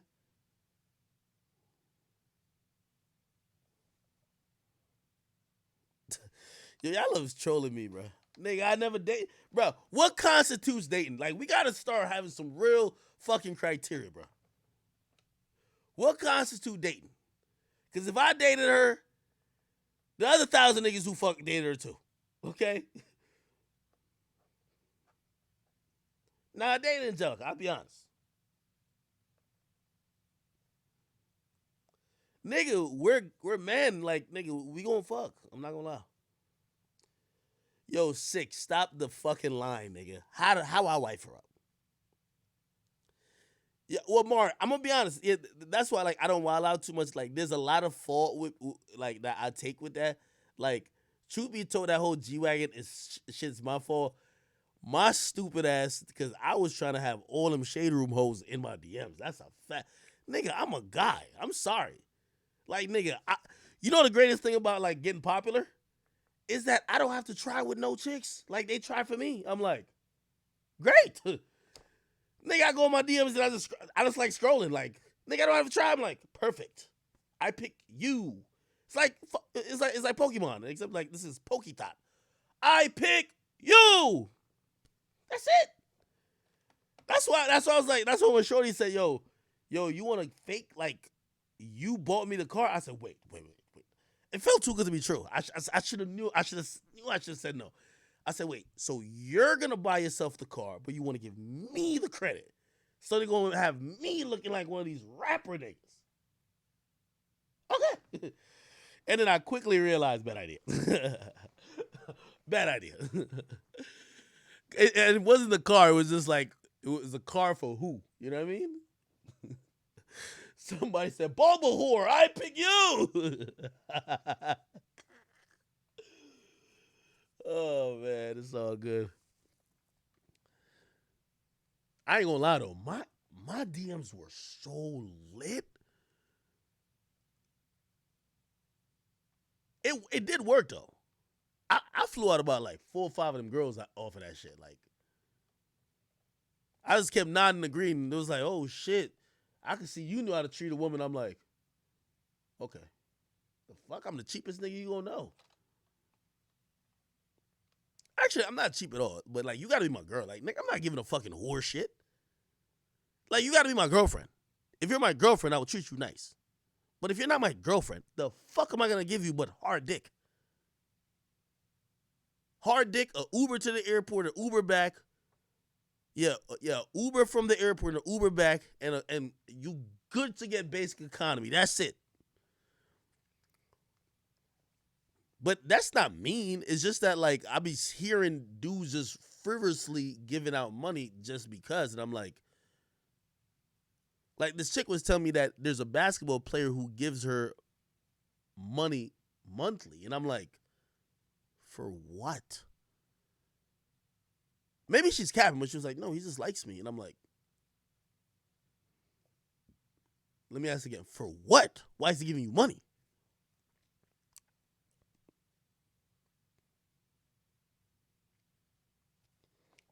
Somebody said, yo, I ain't gonna lie to you. Nigga, I was asking Fresh. I'm like, nigga, you ain't fucking old. Nigga, if I hope them niggas that over the Fresh and Fifth podcast fucking at least half them chicks, bro. What's the point? What's the point?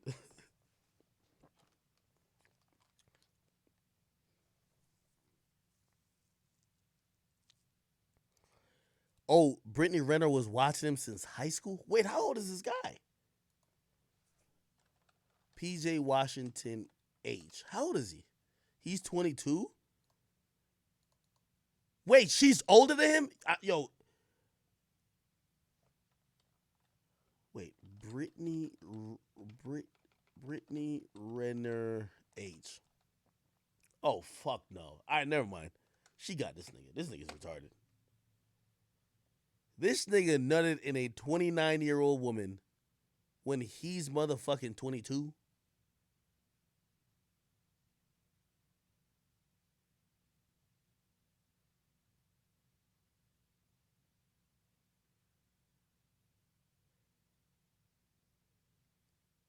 Everybody know this is a thought retirement plan. You fuck every nigga and their mama. And their daddy, I mean. And then when that pussy's nearing 30, starting getting a little harder to get it soaked up. Starting to dry up a bit. Prune juice ain't kind of working like it should. Now you thinking, all right, which sucker's gonna have a baby by me? You pick your best candidate.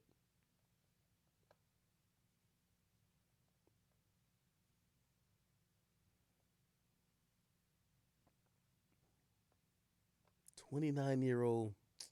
Yeah, that nigga's just stupid. I ain't gonna lie to you. Didn't that boy go to Kentucky or some shit? What college he went to? PJ Washington College. He went to Kentucky? Yo, them hoes at Kentucky must be catching L's, bro. Kentucky. Is it Kentucky University?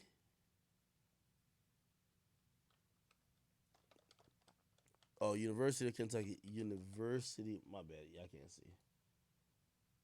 University. Hold on. University of Kentucky hoes. They must have a low quality. They must have low quality smuts on campus. If that nigga went through 4. Oh, he was only there for like a year, right? Oh shit. Well, I'm voting for these niggas to stay in college a little bit more, man. Because you're supposed to get all this shit out of your system in college. She was at the games. No, she was not.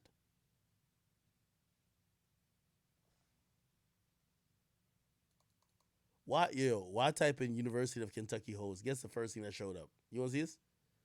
Look. Drake. Like, what the fuck? Wait, she was at his games? PJ Washington. Brittany Renner games. I don't know. I mean, Jesus Christ.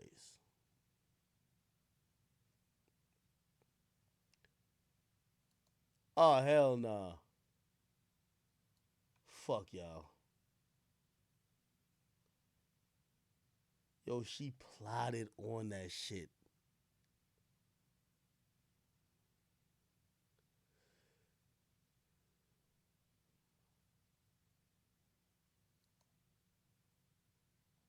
Her ass, she do got a little fat ass though.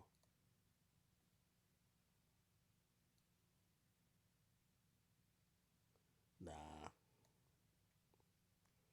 I ain't even gonna lie to you. Yo, PJ Washington, you fucked up, nigga. Let me put this in context, bruh. Nigga, you just went to the fucking grocery store and you found the milk that's gonna expire at midnight, nigga. The fuck is wrong with you? Are you goofy or what?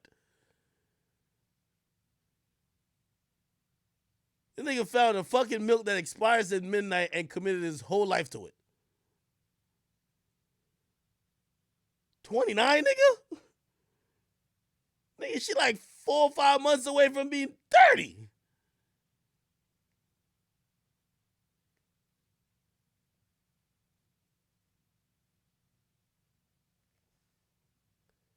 Yo, did he have like a... Oh, hell no. She was at every game.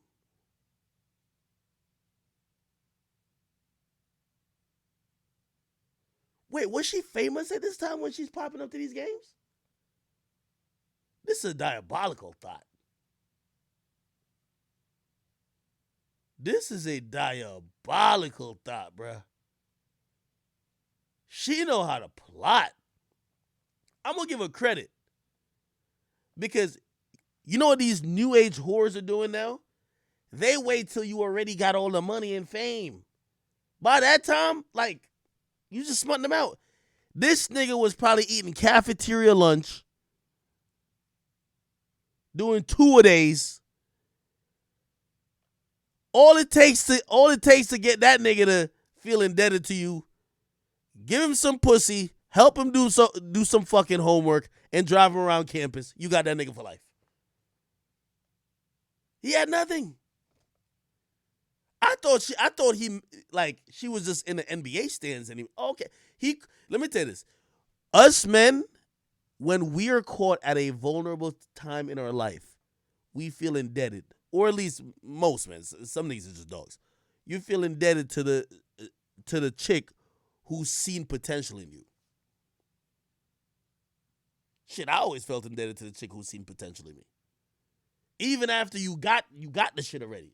You're like, damn, she kind of seen it before everybody else. Even though this chick, Brittany Renner, like, nigga, every fucking scout in America probably could have seen that this nigga was going to be in the NBA.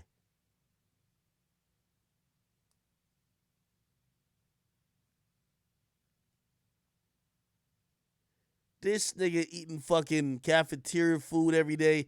She probably took this bum-ass nigga to Applebee's a couple times a week.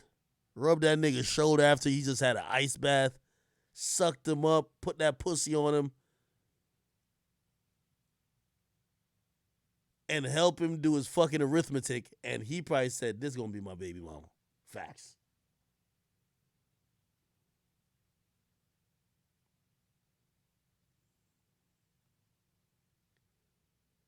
But I'm going to keep it real, though. We got to, which team is he on? PJ Washington. PJ Washington, NBA. What team is he on? He's on the Hornets. Charlotte Hornets roster. I got to blame his team. Like, nobody on his team, like, gave him the game. Like, yo, bro. You, like, that's Brittany Renner. You supposed to just run through her. You feel me? We gonna give you a solid, like, matter of fact, you could get your whole rookie year, just run through that pussy real quick. And then drop her off to the next nigga. The fuck? LaMelo Ball's the youngest. Oh, their oldest player is 32. But they got Gordon Hayward, he's 31. I can't even blame this nigga's teammates, man. Fucking disgrace. Is my nigga LaMelo doing it right? Don't tell me he went out like Lonzo. Lonzo has some type of chick that he that was trying to hold him down. I think he gave her a kid though.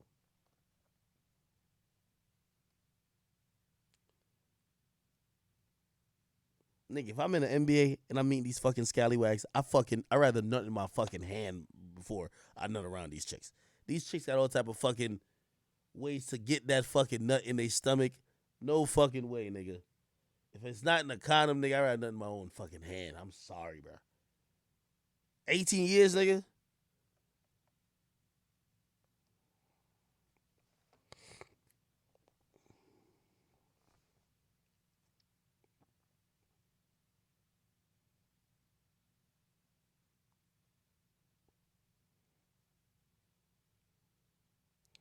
Lonzo almost got trapped by his baby mama.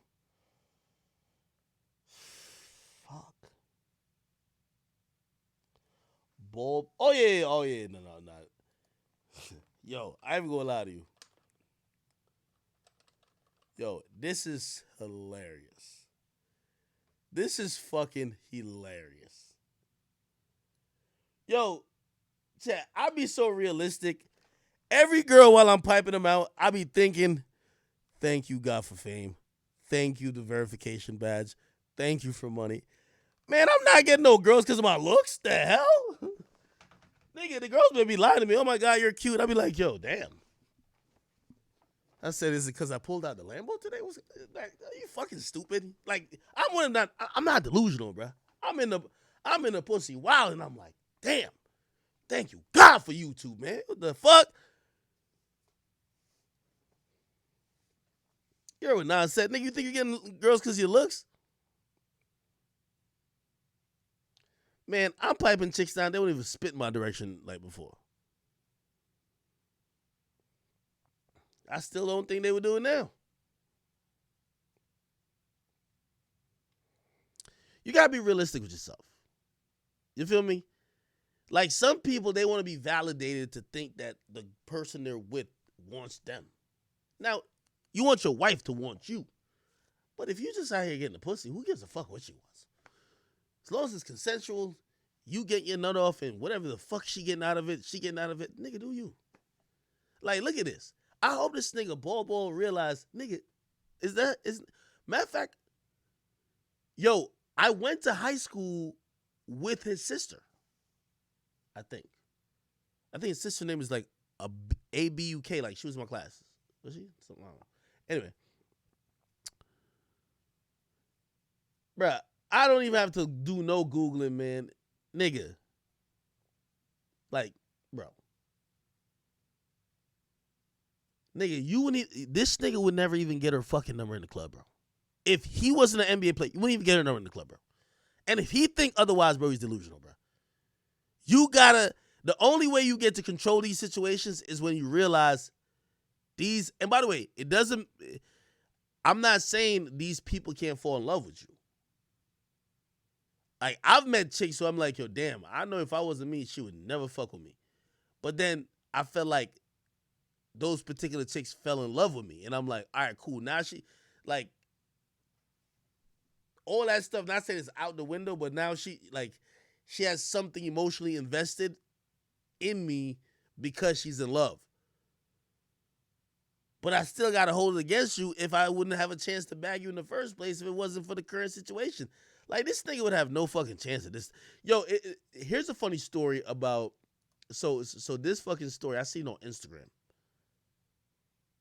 Listen to this shit. This chick, she got a whole plan for this nigga. Look at this. Look at this. He tried to give her money and she turned it down. Look at this shit. Bro, come on, bro. Bro, come on, bro. Like, come on, bro.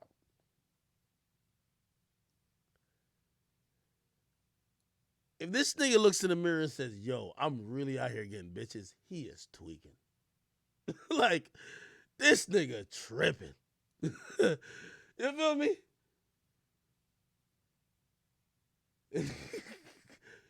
This nigga got a face that only a mother could love.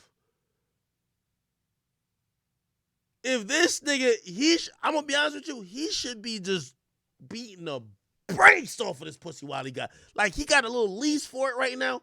He's supposed to put at least 200,000 miles on this shit. The next sucker that get this chick after him, he's supposed to stretch this shit out.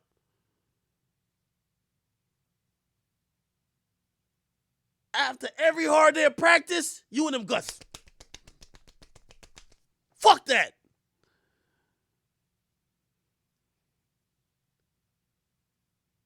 Supposed to have her hanging on, like, they don't got the bubble shit going on in the NBA no more. Have her hanging on over the balcony, long dick in her. And then send her on to the next fucking sucker. That's what you're supposed to do. Don't get this chick pregnant. I can tell how she built. She got that BBL body. Once that belly come in, it's over, nigga. Do not get this chick pregnant. Just pipe her the fuck out for 6 months and send her on her way. He seemed like a good guy. Send her on her way with her shit packed in a Louis bag. Get the fuck out of here. Next.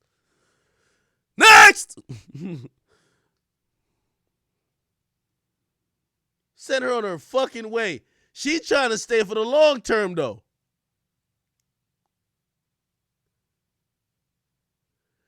Yo, this chick, she putting on a fucking Denzel acting job like she really here for him. She's doing such a fucking good job acting. Hold on, I gotta show y'all this story.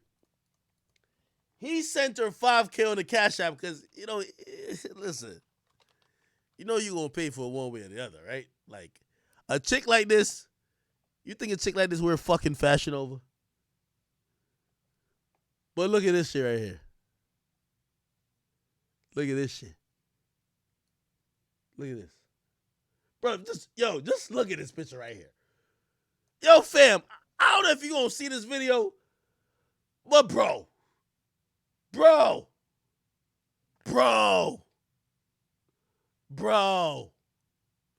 come on, dog. Come on. Bruh, I'm proud of you, because I love when us ugly niggas is winning. You ugly, I'm ugly too. I ain't think that I look better than you. But you a different type of ugly. I ain't gonna lie. Now you a different, it's a different type of nigga right here. But listen, brother, ain't nothing wrong with that. Ugly niggas be winning. You got resources. You're a basketball player, you can make some shit happen. Just don't be delusional. This chick you got ain't because of your looks.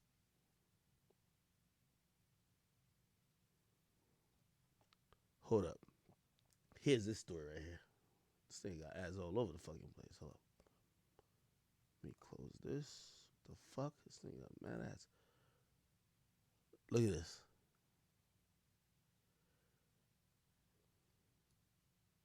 Nuggets Ball is dating IG model Mulan Hernandez. We caught her at a Nuggets game professing her love for him. Strangely, she decided to post a message of Ball trying to pay her $5,000 for something, but she's rejecting it because she doesn't want money. Look at this. Let's see if... Okay. Here's the message. We're going to find the message. Oh. Look at this. Look at this. This is her. This is the message. I guess he trying to send it to her. 5,000. She rejected it. Me rejecting my man's bribe. Love you though, Papa. She's good. Lord protect me from scallywags like this. I don't want to meet no chick like this. No way. She's good. You know why? She'll turn down the $5,000 finesse for the $5 million. That's perfect. This chick is a demon. I'm good. You don't want to meet no chick like this.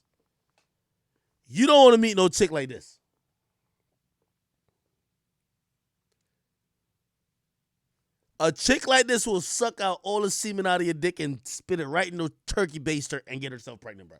You don't want to meet no chick like this, bro.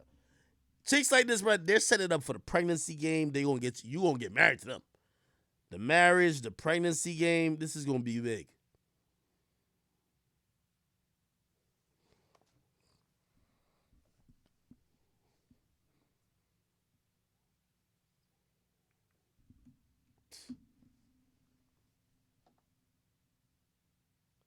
What y'all say? I follow her on Instagram. Nigga, you out of your fucking mind, nigga.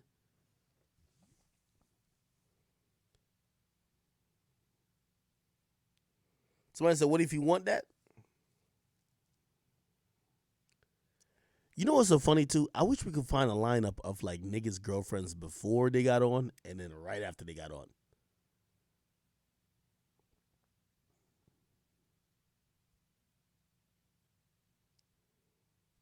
Somebody said that she's what we call a succubus.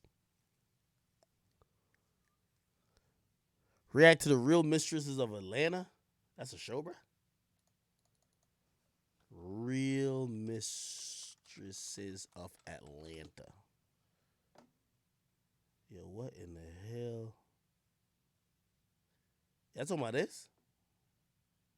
Nigga, chicken chest on my screen. I'm good. Anyway, should we talk about Lil Nas X, chat? I don't even want to Google nothing. I'm going to just... Matter of fact, let me get this nigga off my fucking screen. Let me go back to Brittany Renner. I experienced the worst. Okay. Chat. Lil Nas X is obsessed with showing y'all that he's gay. And he's doing it in ways that is provocative. He's naked in his music video. Of course, it's blurred, but he's dancing. Him and a bunch of niggas swinging their dicks around, popping their ass. A lot of people feel like that's too much. He kissed a guy at an award show, whatever. I'm going to be very honest. I don't pay attention to Lil Nas X. The shit he got going on is not in my wheelhouse of things I care about. And for me, I'm one of the people who, what you eat, pause, don't make me shit. So, like, I don't have to be obsessed with what you got going on if I clearly could say it's not for me. So I'm not offended by what he's doing. He's doing it for an audience that appreciates that, and he's also doing it to represent his homosexual folks. Ain't got nothing to do with me. Whatever. But there's an angle that people take to say, well, this is the agenda of trying to push homosexuality on impressionable young men. And how provocative it is kind of dangerous to kids watching.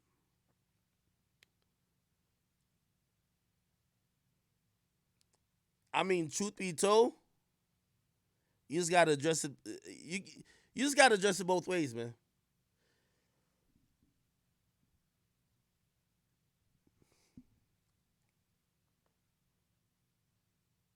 In terms of the agenda, I think it's fair for people to believe that there's an agenda to silently or on a subtle level push homosexual or homosexual images in front of people, because the few examples or the few example of homosexual artists, that's all they're doing. You get me? Like, for example, I would liken Lil Nas X for gay people to Cardi B for straight people. Cardi B is fucking popping pussy, doing whatever. She want to show you the WAP, this and third. Lil Nas X want to show you, I don't even know what they call that, okay? But he got his thing going on, and he want to show his sexuality with dudes constantly. I think there perhaps just need to be more, it's either you're going to ban both, or you're going to have to wait until, or encourage other artists who might be gay to show some balance, where you could talk about your love for another man, or you could, code whatever, like, because rappers do it all the time too, and singers. Not everybody is just like out there with it. And I think what is misconstrued as people's issue with Lil Nas X being out there is just that that's the only image you're seeing of a homosexual artist. I think that's going to change over time. But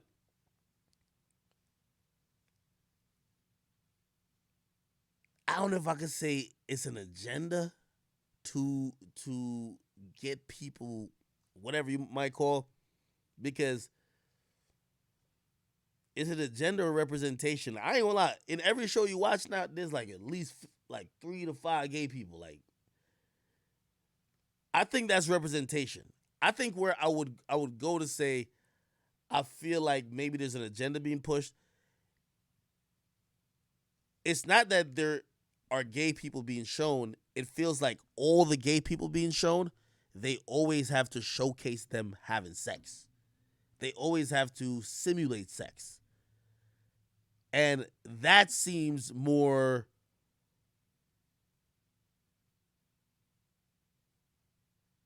agenda-like than actually just having people who are gay in whatever, whatever thing you want to call it. You know what I mean? It's like, play this. I'm watching, I give an example. I'm watching Empire, right? And I always use this example. Bro, in Empire, like, I've never seen them simulate sex with 2 straight people like I seen them simulate it with the 2 gay dudes that were allegedly having sex on a balcony. Dude getting up, panning into the camera, wiping his mouth like this. I'm like, yo, hold up, bro. Like, this shit, like, I'm like, damn, you trying to make this shit graphic, huh? We not seeing that when it comes to men and women no more. Like, it's kind of like, all right, yeah, you know they kind of fuck. Like, they just came, like, she walks out of the room and she just fixes her dress. Cool. When it's two dudes, like, they might even pan to it and you hear the nigga moaning. Like, just weird. You're like, yo, bro. Like, why are you doing you doing a little bit too much, dog? And that's where I feel like people are kind of getting like, yo, hold on, man. Every time you showcase somebody gay on screen, you doing the absolute most. Like, Lil Nas X doing the video, him and 15 other niggas in the shower swinging their dangalangs. Come on, bro. Like, that Kiss shit, like, you can't, I ain't gonna lie, I don't knock that Kiss shit they did because Madonna and them be doing that shit. Didn't Madonna and Drake do that? They do that bullshit. It's just more of the sexual acts that I feel like, and I ain't gonna lie, niggas like Lil Baby made me can't say nothing because I would be like, damn, y'all be simulating too much stuff. Dababy, actually, he's in his music video just simulating him getting head. So it's like, shit, am I a hypocrite if I call it out? I don't know, man.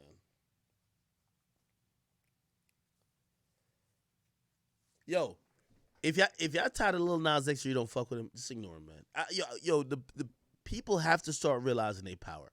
Stop making people successful and more powerful if you claim that you hate them, or you claim you don't agree with them, or you claim that they're whatever, bad for whatever. Y'all be doing this shit all the time. I guarantee it's more straight people watching Lil Nas X video mad as fuck than the gay people. The gay people actually really suck dick.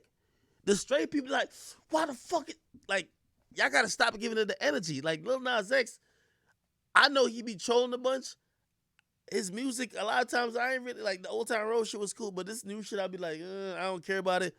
When he make a video, he's gonna do it for shock value every time. And by the way, I'm gonna keep it 100 with you. Like, if this is how I think music is kind of like a little weird. I'm not saying this is happening, but why look like Young Thug trying to hop back on the gay wave? Or when he was trying to pretend to be gay? I just seen his cover with Rolling Stone. I haven't seen some such shit from him in a while. Be honest. We haven't seen some such shit from him in a while. But that shit is working for that nigga Lil Nas X. All of a sudden, I see some sus-ass cover. I'm like, The thing I keep telling you, though, it ain't gonna work for Thug because you're not gay. Like, this kid, like, he says it, he's gay. The LGBT community, they're not gonna fuck with you unless you really are what you say you are. They could tell Young Thug be trolling. They don't even, the LGBTQ community has never even acknowledged Young Thug. I mean, of course they have acknowledged, but they haven't acknowledged his plight and be like, oh, we rock with him. He's one of us.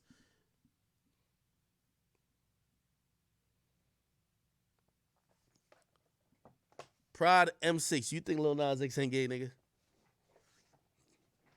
If you think he not gay, all right.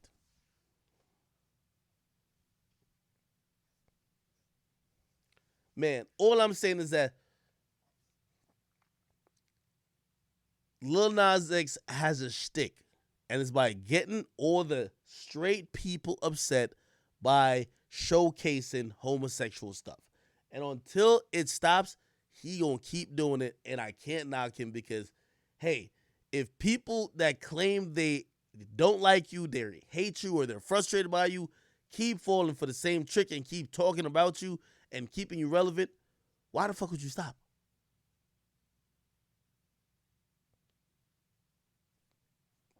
This is what it is. Oh, shit. Where's that video? Oh, yo, chat, I haven't streamed this so fucking long. Yo, some money back, yo, Ari Fletcher. Throwing that fucking pussy back. Throwing that BBL back on some nigga in the club. What What the hell I is gotta that? give you the story, Chad. Link, back in the vehicle. Look. She in the club. Look at what in the fuck? Now, there's a difference between light dancing, kind of grinding, and throwing it back on some slow motion for me shit. You feel me? Like, yo, it's like you trying to get long dick. Like, the way she throwing it back, you have to be long dicking her in that position. Now, I thought this was I never posted this video. I thought it was old. I'm like, oh, hell no, she not doing that now. She with Moneybagg Yo. Look. That nigga got two hands on it, palming the shit. And by the way, I've seen gay dudes dance with girls, but the gay dudes, they start arching their back too. So when the girl bent over, they kind of bent over too. Like, you know, yeah, you know. This nigga, he wasn't bent over. He was on some shit like palm in the ass. Like, I bet nigga. Like, he over here, he cupping the cheeks. He don't look gay to me. Look.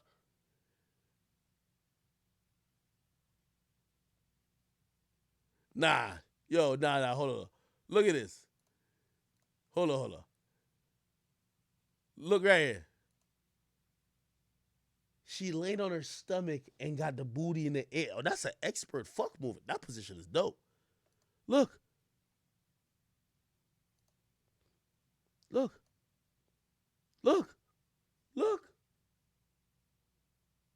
Chat. Moneybagg Yo, I don't know how we keep buying her fucking Maybachs and all that shit and sending her 20,000 here, 20,000 there. Nigga, I'll be tight as a motherfucker. I don't want to hear no bullshit about he gay. I don't want to hear that. Yo, chat. I'm in Miami with this girl. This is a real story. I'm in Miami with this girl. 6ix9ine invited me to the club. I told you 6ix9ine be at all the clubs. I said, bet. Pull up to the club with this chick. All right, cool. This nigga already sloppy. He kind of drunk. Him and Jay, they dancing together. They all over the fucking place. I'm like, oh my God, this fucking sloppy ass thing. All right, bet. Go in there. I got there hell late. I ain't gonna lie. I'm like, where the liquor at? They had finished most of the bottle. I'm like, damn, I ain't even drink before this. We gonna get to somewhere with the story. I'm with this girl. So it's basically like tables, but like everybody just stands up on the ledge. So I helped the girl up that I was with, and she's standing up there. Whatever. So I'm trying to find some liquor. Now, I see somebody like had, like, one of the people in the section had some bullshit bottle, which I wouldn't really drink, but that's some bullshit bottle. Anyway, I want to make a long story short. Because I'm looking for alcohol. And y'all tell me this violation. I turn around. 6ix9ine wilding over there or whatever. I'm like, all right, nigga, do you? Whatever, I'm trying to find liquor. I turn around. The girl I came with. The motherfucking girl I came with. I kid you not. Nigga, I couldn't even fucking believe it. She's behind me right here. I turn around. Her mouth is like this. And a nigga is pouring alcohol down her fucking throat.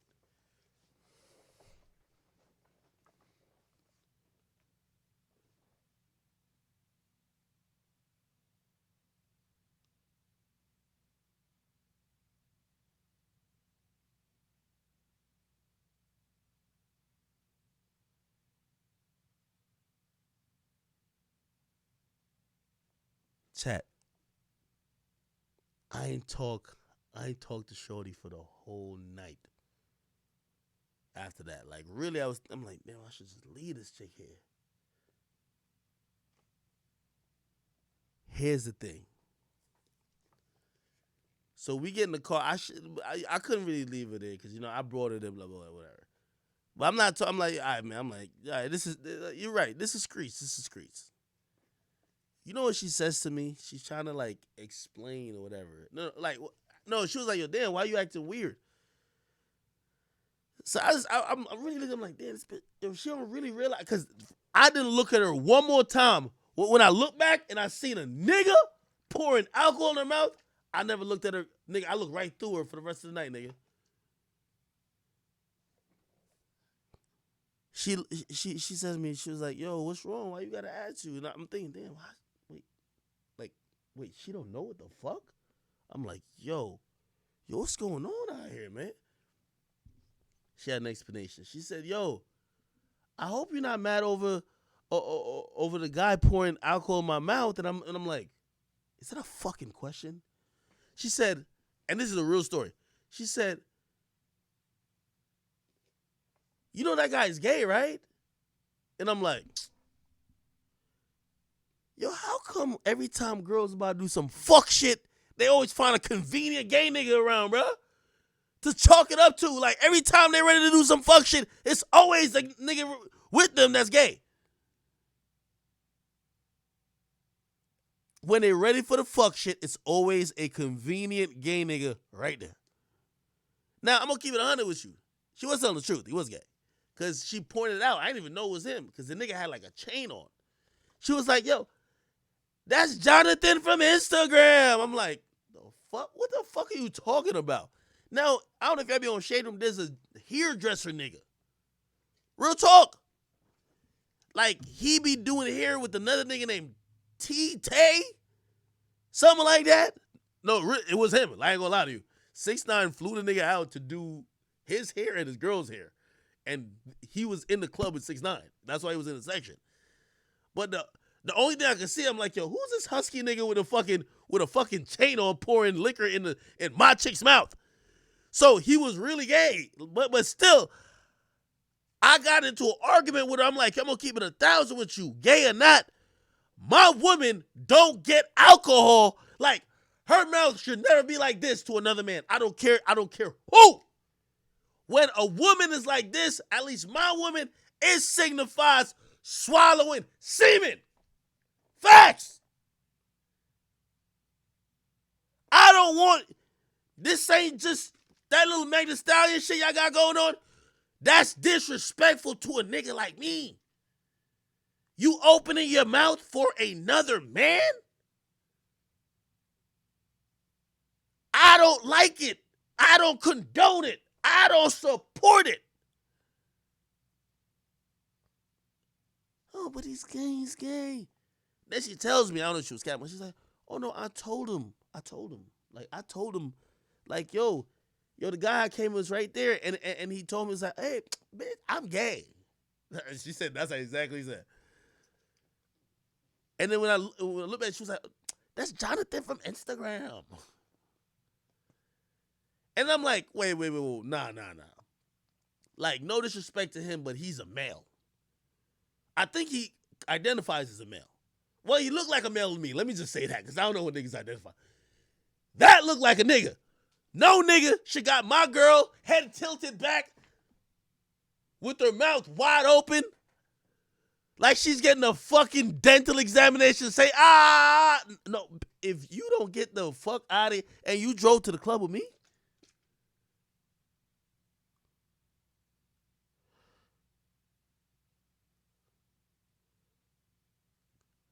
chat, I'm going to keep it 100 with you.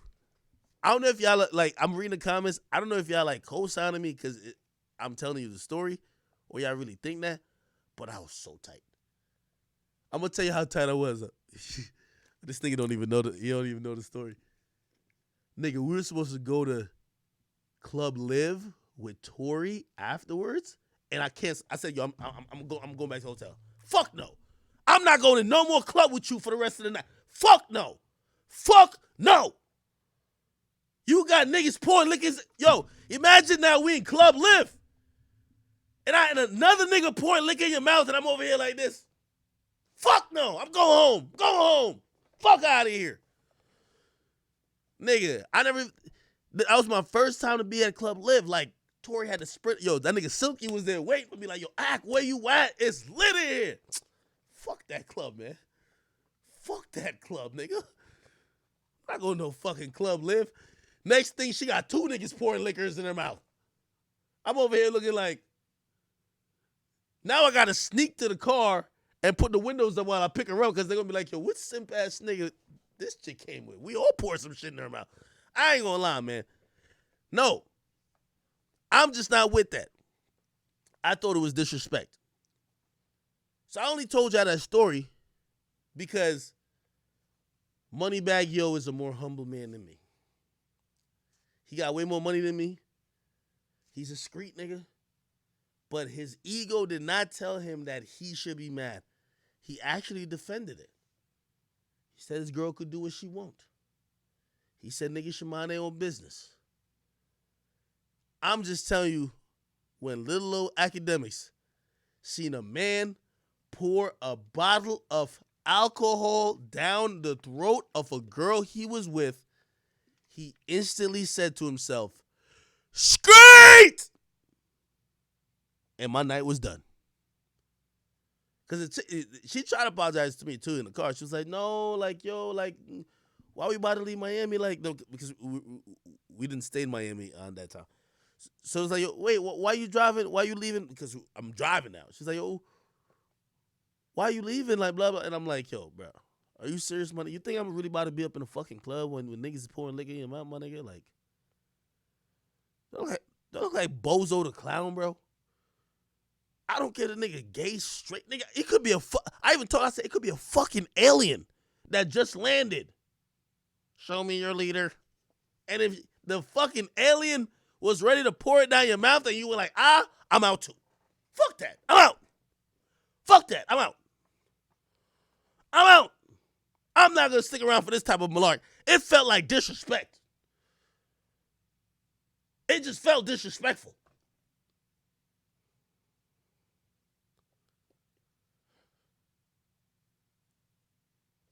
I'm glad y'all agree with me because I know that chick gonna see this too. You know what she gonna say to me? Why you gotta tell a story like that? I'm like, what other ways there to tell a story? We're in a club. You're right behind me.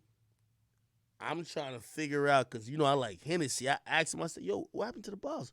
I said, yo, we need some shots. Like we just got here. I'm over here trying to secure the drinks. I turn around. Your head is tilted. Her head tilted so far back, nigga, she looked like she was finna do a backflip. And then I see another nigga arms. Nigga, I ain't gonna lie, I played that shit off mad smooth. I was like,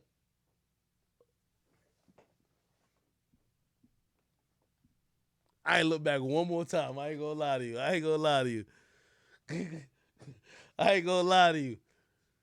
But I kind of forgave her though. I gave her some shit for a long time. I still kind of get at her, but I forgave her. You know why? According to what another girl kind of backed her up on, it was like, yo, Tate. No, that's not Tate. It's his name Jonathan. Like, yo, Jonathan, one of our favorites. What about if like Tinashe was in the club with you? Would you like whatever? I'm like, first of all, nobody not pouring no liquor in my mouth. I'm a grown man. But I'm like, I guess that's like your favorite like gay hairstylist. Like, yeah, ain't no beef. But the whole time I'm like, why a nigga pouring some shit in your mouth like that though?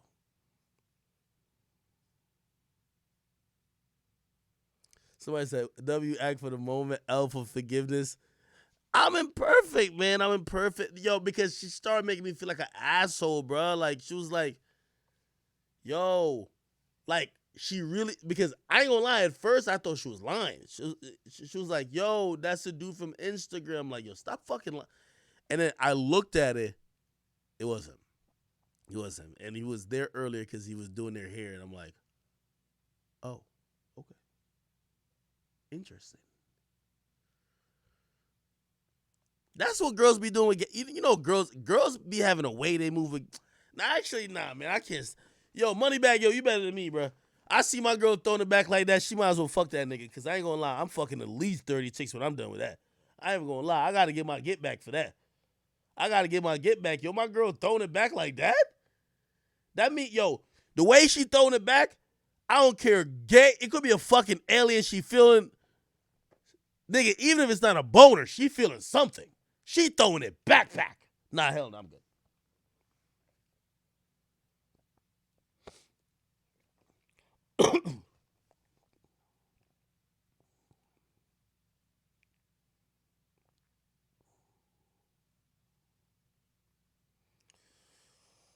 All right, everybody's asking about Drake, CLB. I guess it was probably my last thing for the night. I don't know too much, to be honest.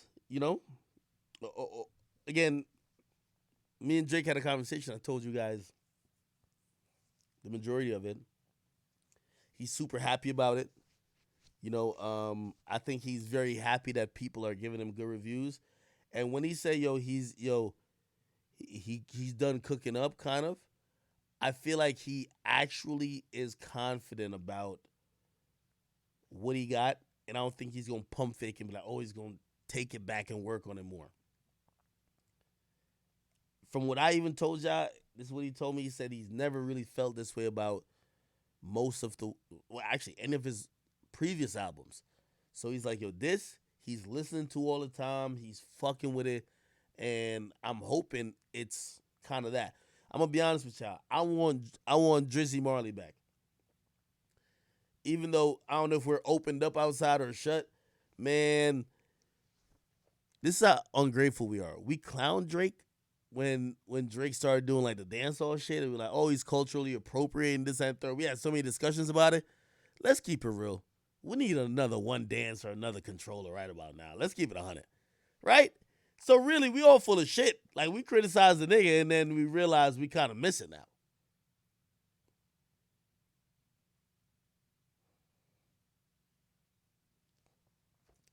The point is this. I don't know what Drake has in terms of an edge to write about or who he's gonna, like, he's always gonna diss somebody. But I'm interested to see how he's gonna treat fatherhood and see how much it shapes the album. If he start making tracks about, like, just fatherhood, might be a rapper. I don't want to hear Drake rapping about Adonis at all. You feel me? No disrespect.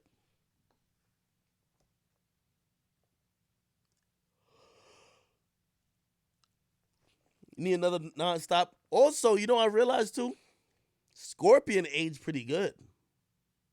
Survival, nonstop, God's Plan. Like, he had a bunch of real good joints on there. Mob Ties.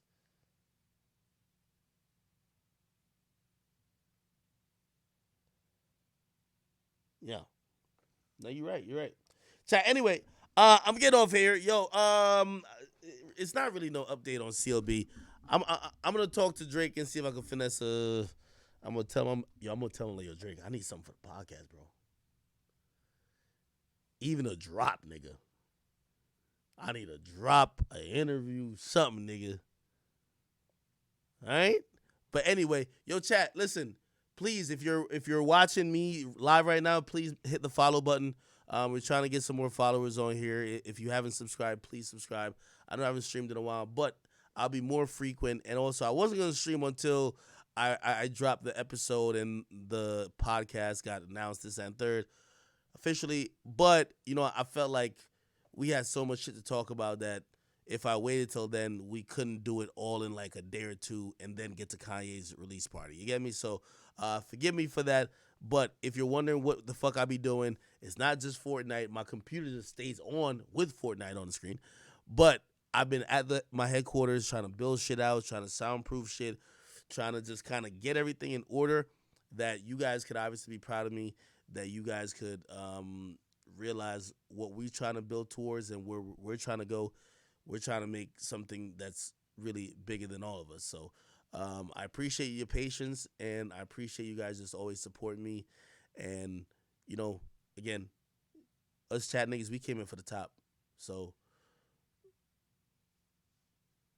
this whole podcasting thing, obviously, it's a lot of love with a lot of people who do it, but I'm trying to be the best. So whatever that means in terms of content, in terms of set ideas or whatever the case is I'm trying to, do. So, listen, I seen some people hit me up about hiring. I am hiring.